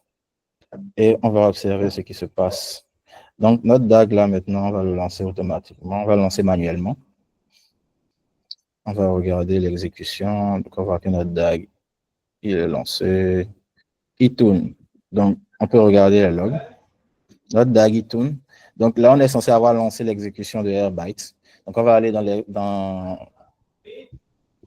on va aller sur Airbyte. On va voir si effectivement notre exécution a été lancée.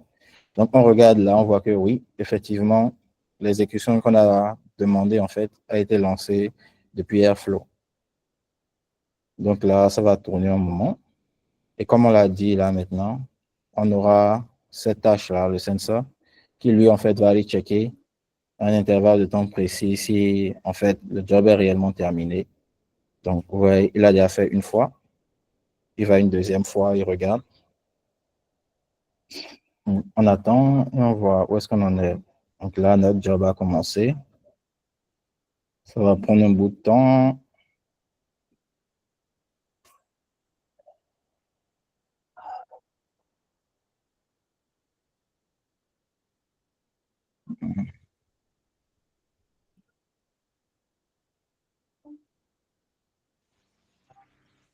Prend un bout de temps. Où est-ce qu'on en est?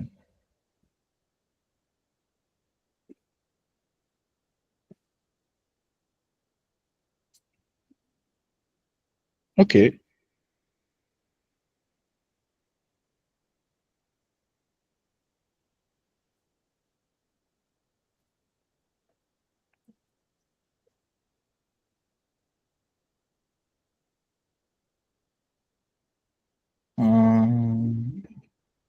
Ça tourne toujours. Euh,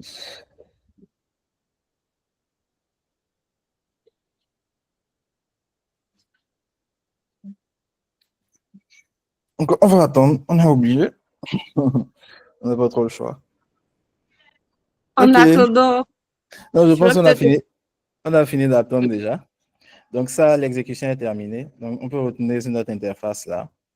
Donc, il a vérifié que notre exécution s'est bien terminée. Ça, c'est bien. Et maintenant, cette tâche-là, lancer maintenant le DAG DBT qu'on veut exécuter de l'autre côté. Donc, si on retourne dans notre environnement ici et qu'on regarde DBT, on voit que ouais, DBT tourne déjà. Donc, on peut aller regarder. On voit qu'effectivement, il a été lancé. on voit que nos tâches sont en train de tourner, en fait.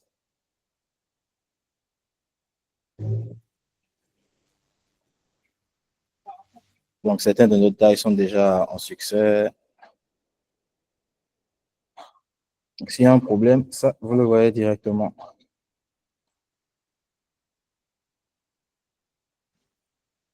Bon, Jospin, je pense que tu voulais dire quelque chose, non?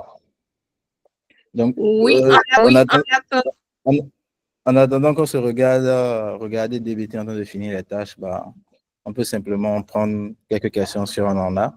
Et ensuite, on va regarder notre outil de visualisation, on va regarder à quoi ressemblent nos données là-bas et vérifier que tout est bon, en fait. Donc, je te laisse la parole. Il y a des questions il y pour... a M. Polo, oui, qui a une question. Il demande c'est quoi les critères de choix des outils que tu utilises, sachant qu'il y a une panoplie d'outils, comme tu l'as montré sur la figure de la Modern Data Stack. Ok, je dirais que déjà, avant de choisir un outil pour une data platform, il faut s'assurer que déjà l'outil est assez mature. C'est-à-dire l'outil est là déjà depuis assez longtemps, est assez maintenu et puisse faire un certain nombre d'intégrations avec certains outils que vous voulez utiliser. Si par exemple j'ai un package, je veux faire une intégration par exemple avec une base de données particulière et que l'outil d'orchestration ou l'outil de transformation que je veux utiliser ne peut pas s'intégrer avec cette base de données, c'est compliqué pour moi en fait. Donc, réellement, c'est la première chose à prendre en compte. La deuxième chose à prendre en compte, c'est cette première chose, c'est fait en fait pour s'assurer que le projet soit maintenable au cours du temps et puisse évoluer. La deuxième partie, en fait, c'est que vous devez vous assurer que les gens avec qui vous devez travailler, si vous êtes dans une équipe, en fait, puissent agir aussi sur cette stack-là. C'est-à-dire, sur la stack, vous devez tous être d'accord déjà. Et le troisième point, c'est aussi qu'est-ce que ça va nous coûter. Donc, vous devez aussi définir est-ce qu'on part totalement en open source, est-ce qu'on part avec des outils et manager cloud. Vous devez définir ce que vous voulez gérer, ce que vous ne voulez pas gérer. Donc, c'est les principaux points, ça. Maintenant, dans les outils même que vous voulez utiliser, comme je l'ai dit, c'est surtout au niveau collaboration, au niveau maintenance. Ici, moi, j'ai fait réellement très, très évident parce que Snowflake, Airbytes et comment ça s'appelle? Et Airflow sont des outils qui sont très utilisés. Donc, je sais que l'intégration, intégrer ces outils-là de bout à bout sera très, très, très facile. Donc, c'est pour ça que j'ai choisi. Mais vous pouvez définir même des scripts Python pour gérer en fait votre ingestion, votre traitement. Vous pouvez faire absolument tout ce que vous voulez. Réellement, il n'y a pas de limite. Mais après, le choix des outils dépend réellement de ce que vous voulez faire avec. Donc, il ne sert à rien de prendre un bazooka pour tuer une fourmi, en fait. Donc, réellement, rester simple et tout. Donc, je ne sais pas si j'ai pu répondre à votre question. Si vous voulez rebondir par rapport à ça, ben, je pense que quelqu'un est en train de parler, non? Oui, je pense qu'il y a déjà, je te remercie, oui, effectivement, il faut faire simple en fait. C'est l'un Le des plus simple est principes. toujours le mieux. Donc, Voilà, effectivement. Donc, il y a M. Marc qui demande, j'aimerais savoir quel était le parcours pour le data engineering ou si tu as des questions, des conseils plutôt sur le chemin et les compétences à apprendre. bon, les En compétences, fait, ou bien, je laisse répondre alors. oui. Pour cette partie, en fait, on avait déjà fait une partie 1 où on a exploré les métiers de la data et tout. Et c'est disponible déjà sur YouTube et tout. Donc, on va essayer de revoir le lien pour répondre à la question. Parce que techniquement, on a 1h30. Donc, on essaie d'élargir un peu pour que, en fait, on puisse voir vraiment de façon simple ce qu'est le data engineering et tout. Donc, déjà, on a on a un peu dépassé le temps, mais on va quand même par la fin. Et voilà. Donc, pour cette question, on va vous envoyer le lien dans le résumé de la séance qu'on a faite aujourd'hui. Donc, voilà. OK, il y a Mais d'autres questions encore? est-ce qu'il y a des compétences? Pas vraiment. Hein. Il faut Bon, je pense juste, on en a déjà assez parlé, effectivement, de l'autre côté. Hein, donc, aujourd'hui, on va éviter un peu pour gagner du temps. oui, pour gagner du temps. De quoi on devait parler maintenant? Je pense qu'on a fini avec les questions, c'est ça? Je ne sais pas si quelqu'un a envie de lever la main. On peut prendre encore 2 ou 3 questions.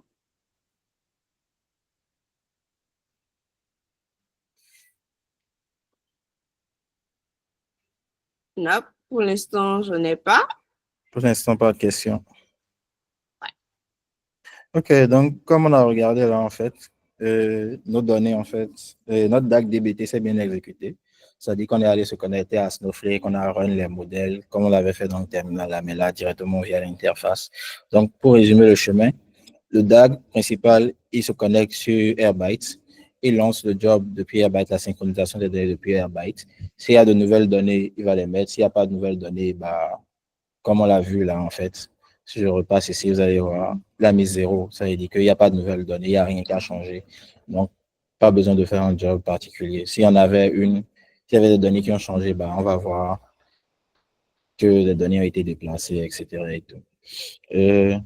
Ensuite, quand il finit de faire ça, il va envoyer un opérateur pour aller regarder à chaque fois est-ce que notre job est terminé. S'il sait que notre job est terminé, c'est bon. Ensuite, si notre job se finit maintenant, il va pouvoir lancer automatiquement les transformations de DBT. Et c'est ça qu'on vient voir ici. Donc, on voit les runs, on voit les tests qu'on a fait sur nos données, etc., etc. Donc, ça, c'est réellement le plus simple, je pense. Et maintenant, nos données sont disponibles sur Snowflake. Donc, si on repart sur Snowflake, j'ai fait en sorte que pour chacune des données, en fait, qu'on a dans notre base de données Rachara, on puisse avoir ça dans des schémas différents. Donc, à chaque fois qu'on va prendre un schéma, on va retrouver les données de staging, les données Silver ou encore les données sur un data mart particulier, et rates, rating, ride ou encore maintenance, etc. Et retrouver les tables qui sont à l'intérieur. Donc, à chaque fois, c'est comme ça que ça va se passer. Donc, l'outil, en fait, c'est pourquoi, en fait, moi, j'ai voulu parler de DBT, en fait, ici. C'est que, au-delà de l'orchestration même, le plus important quand vous utilisez DBT, c'est d'écrire du SQL. Donc, je sais que tous ceux qui sont ici savent ce que c'est que le SQL, savent comment écrire du SQL. Et c'est très utile dans le cas où vous êtes en équipe, par exemple, et que quelqu'un veut faire des transformations. Vous êtes data engineer, un data scientist ou un data analyst doit faire des transformations. Il vient vous expliquer ce que c'est. Mais en fait, dans la communication, dans la compréhension, il peut arriver en fait qu'on ne se comprenne pas. Donc, là où DBT est intéressant de façon collaborative, c'est que vous allez pouvoir lui dire en fait, bon, écris toi-même la transformation, envoie la requête, on met la requête sur le repo qui est là en fait. Et ce qui va se passer, c'est que moi, je vais te lancer ça, si tu veux que ce soit lancé chaque heure, je lance ça chaque heure. Si tu veux que ce soit lancé ça chaque jour, je lance ça chaque jour. Donc, réellement, vous allez pouvoir vous concentrer en tant que data engineer sur la partie orchestration et non sur la partie transformation. Et c'est très utile lorsque il commence par avoir énormément de transformations qui peuvent être demandées à différents intervalles de temps donnés, etc. Et vous pouvez, comme on l'a vu, le structurer dans des dossiers, par exemple des transformations mensuelles, des transformations journalières, des transformations horaires, etc., etc. Donc, c'est vraiment un très bon outil pour pouvoir bavarder entre équipes data, pour pouvoir collaborer ensemble. Maintenant, je pense qu'on va parler de la visualisation. On a déplacé nos données, on les a mis dans des tables. Tout ce qu'on peut faire ici, effectivement, c'est juste des selectors, des from visualisés. Vous pouvez faire aussi de la visualisation sur Snowflake, mais ça ne nous intéresse pas trop aujourd'hui. Donc, on va utiliser un outil qu'on appelle Metabase, qui est un outil open source. Donc, Metabase, c'est un outil open source que vous pouvez utiliser pour faire de la visualisation. Techniquement, vous pouvez le connecter à énormément de sources de données. Je dirais presque toutes les sources de données qui sont type SQL, où vous pouvez écrire du SQL, tout ce qui est data warehouse aujourd'hui, que ce soit du Snowflake, même des fichiers Excel, des fichiers Parquet, vous pouvez uploader absolument tout ce que vous voulez dedans, même du Google Sheet aussi, je pense, et vous pouvez le lancer. Donc, vous pouvez le lancer via la version cloud ou via Docker. Ici, on l'a lancé avec Docker. Je vais lancer directement l'interface. Comme ça. Et on va aller regarder ensemble à quoi ça ressemble. Donc voilà. Non, on va lancer dans un navigateur. Je me rappelle plus des identifiants que j'ai mis dessus.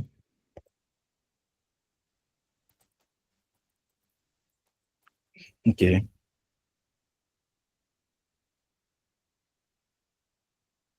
OK, voilà, donc on a Metabase qu'on a lancé là. Donc, mais je pense que ce serait intéressant quand même de montrer. On va refaire ça. On va ajouter une base de données. Donc, ici, vous allez choisir votre connecteur. Comme vous pouvez le voir, on a énormément de connecteurs qui sont là. Vu que c'est une image Docker, vous pouvez la personnaliser et ajouter des connecteurs particuliers, en fait, si vous voulez aller plus loin. Je dis ça en parenthèse. Donc, ici, on veut se connecter à quoi? On veut se connecter à Snowflake. Donc, Snowflake est là. Donc, le account name, il est où déjà? On l'avait dans DBT là.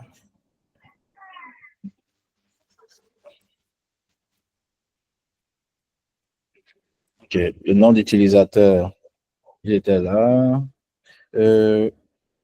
La façon dont on veut se connecter avec notre password, tout simplement. Le data warehouse qu'on va utiliser et la machine qu'on va utiliser plutôt. Et la database, comme ça. Et les schémas qu'on veut importer, on veut tous les prendre. Pour ça, c'est optionnel, on peut laisser.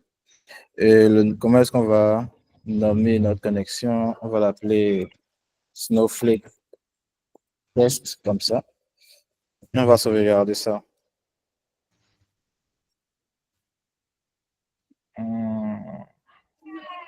Qu'est-ce que ça raconte?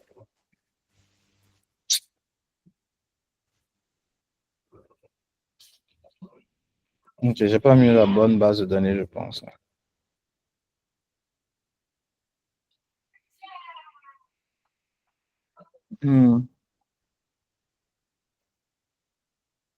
Moi, je pense que le problème, c'est que cette connexion elle existe déjà. Hein.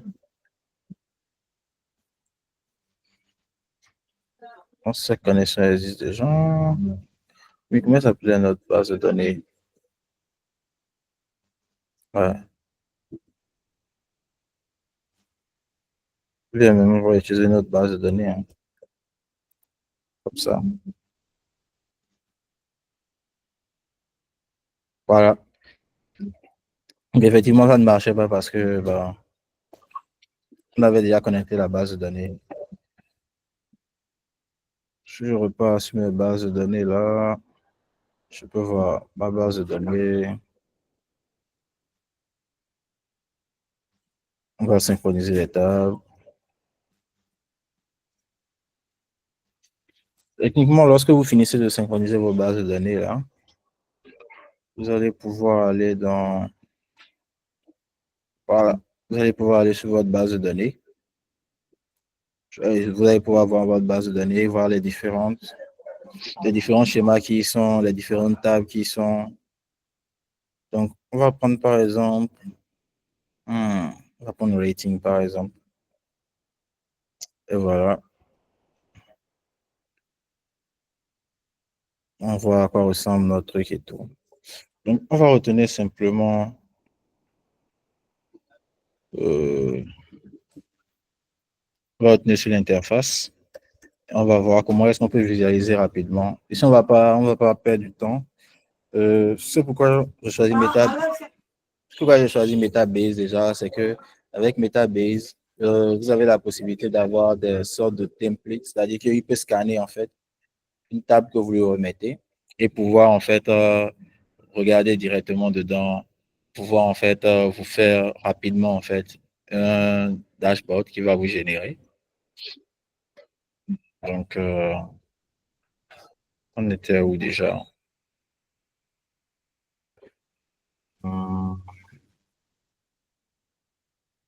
Ok.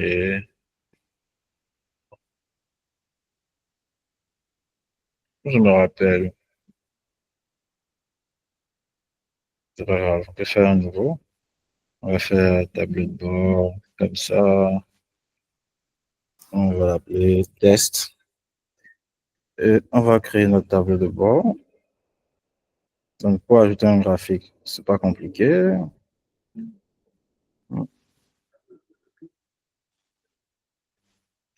On va créer ce qu'on appelle une question. Donc, on va partir sur trip 3. On va dire, la question qu'on veut, par exemple, c'est euh, le nombre, disons le nombre de lignes.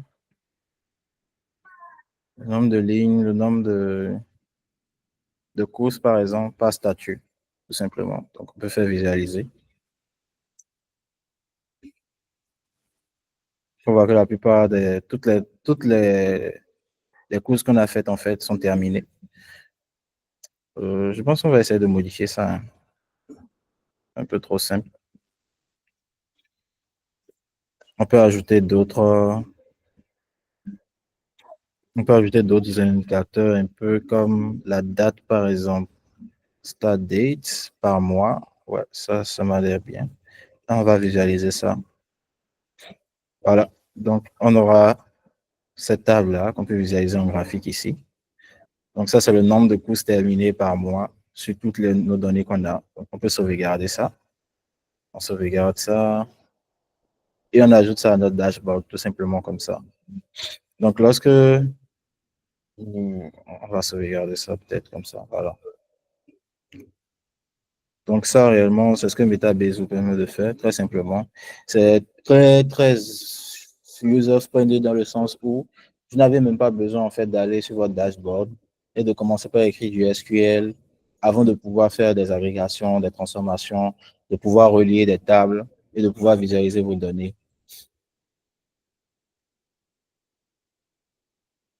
Abraham, il y a quelqu'un qui demande si on peut simplement voir un exemple de dashboard que tu as déjà créé.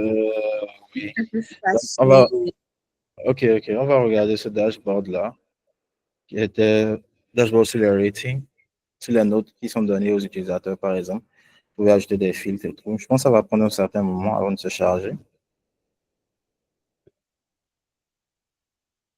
Ok, donc ça, c'est un dashboard, un des dashboards que vous pouvez réaliser tout simplement.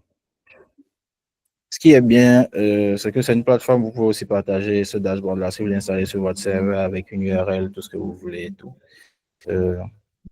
Si on s'était connecté,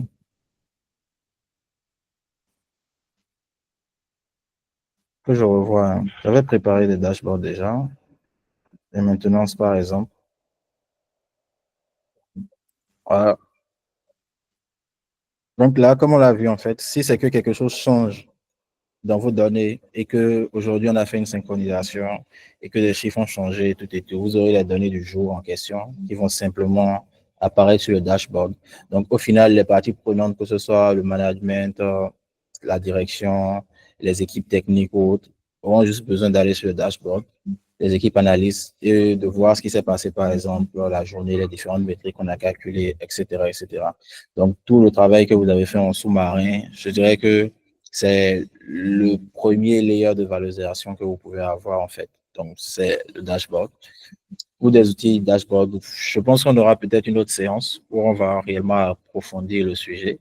On va peut-être regarder d'autres outils que Metabase qui sont peut-être plus intéressants, si c'est possible. Donc, pour le projet qu'on a eu à faire aujourd'hui, c'est globalement ce que j'avais à présenter. Je pense qu'il y a plusieurs détails, en fait, qu'on n'a pas encore abordés. Je pense qu'il y a énormément de choses à dire, mais j'ai essayé d'être succinct. Peut-être qu'il y a beaucoup de zones d'ombre aussi pour certains actuellement. Donc, si des gens ont des questions, si des gens ont des préoccupations, on peut les prendre et on peut répondre aux questions et pouvoir se quitter maintenant. Ouais, merci beaucoup, Abraham. Le but de la séance, c'était vraiment de montrer en fait comment ça se passe. C'était pas vraiment d'approfondir, mais juste de montrer en fait comment on peut travailler dans le data engineering, ce que c'est. Donc, comme vous avez vu, en fait, il prépare les données pour le data analyst, pour le data engineer et tout. Pour les data scientists, pour le management, tout. Tout ça, Donc, voilà. ouais. Donc, le data engineer va continuer le monitoring de son côté et les autres vont faire le boulot de leur côté à eux. Parce que, par exemple, ce dashboard, un data analyst le prendrait et travaillerait avec s'il y a d'autres choses à voir, peut-être. Et il va faire parler maintenant ces données-là dans un rapport ou n'importe quoi.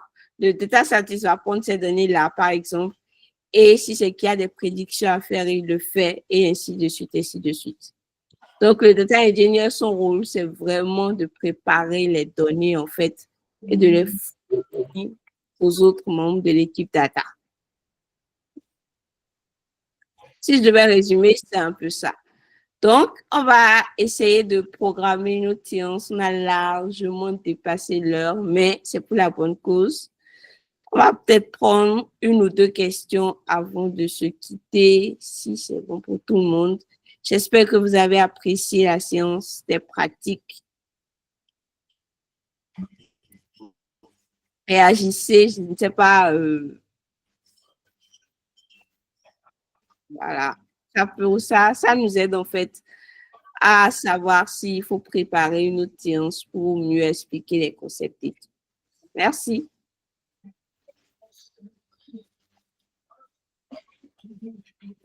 Super. On n'a pas de questions jusqu'à présent. Je me disais qu'on aurait beaucoup de questions. La question viendra à la prochaine séance, certainement. Bon. Je pense qu'il y a une question. Il y a une question, Monsieur Marc. Il demande comment vous rejoindre.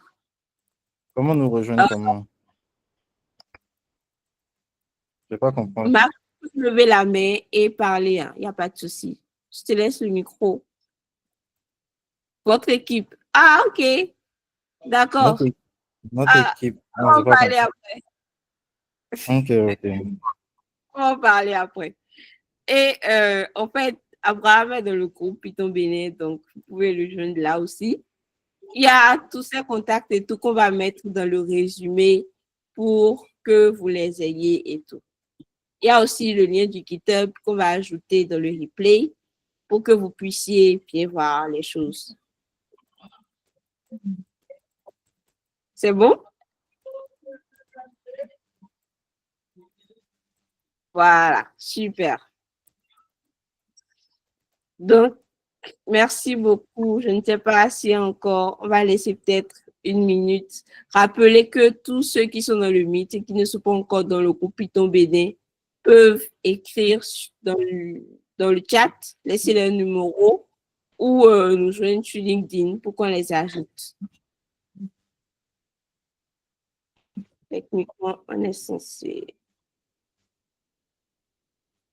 OK. Super.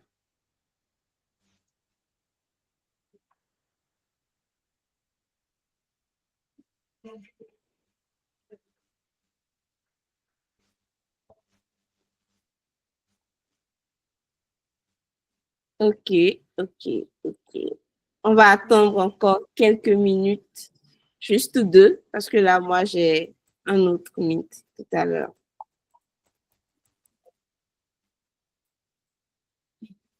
Ouais, on va vous les envoyer, ne vous en faites pas. La séance est en réunion.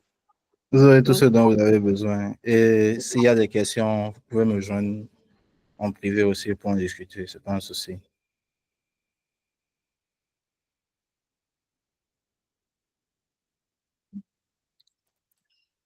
OK, donc à 58, on va couper le Meet. Déjà, je voudrais remercier Abraham pour le temps qu'il a consacré.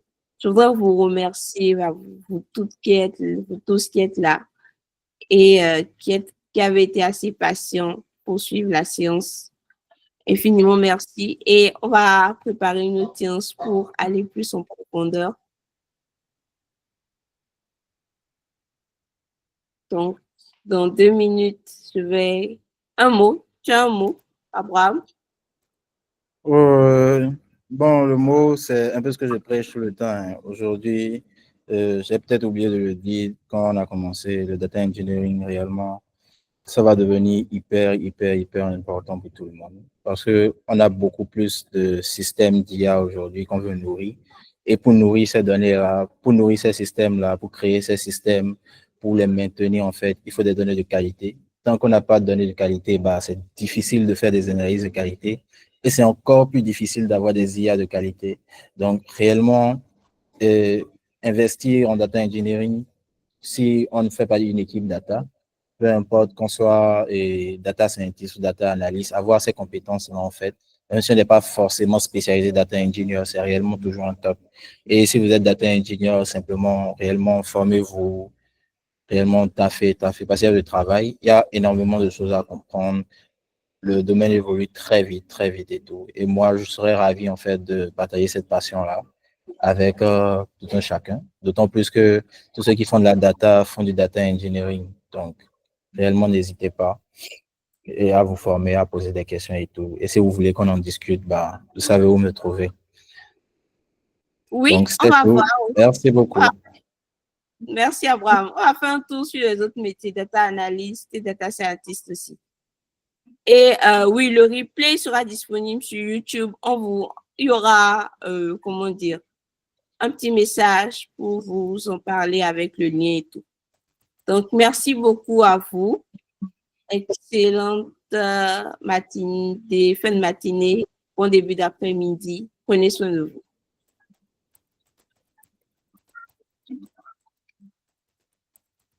Si vous permettez, je vais mettre fin à la réunion. Ouais, vas-y. Merci et à bientôt.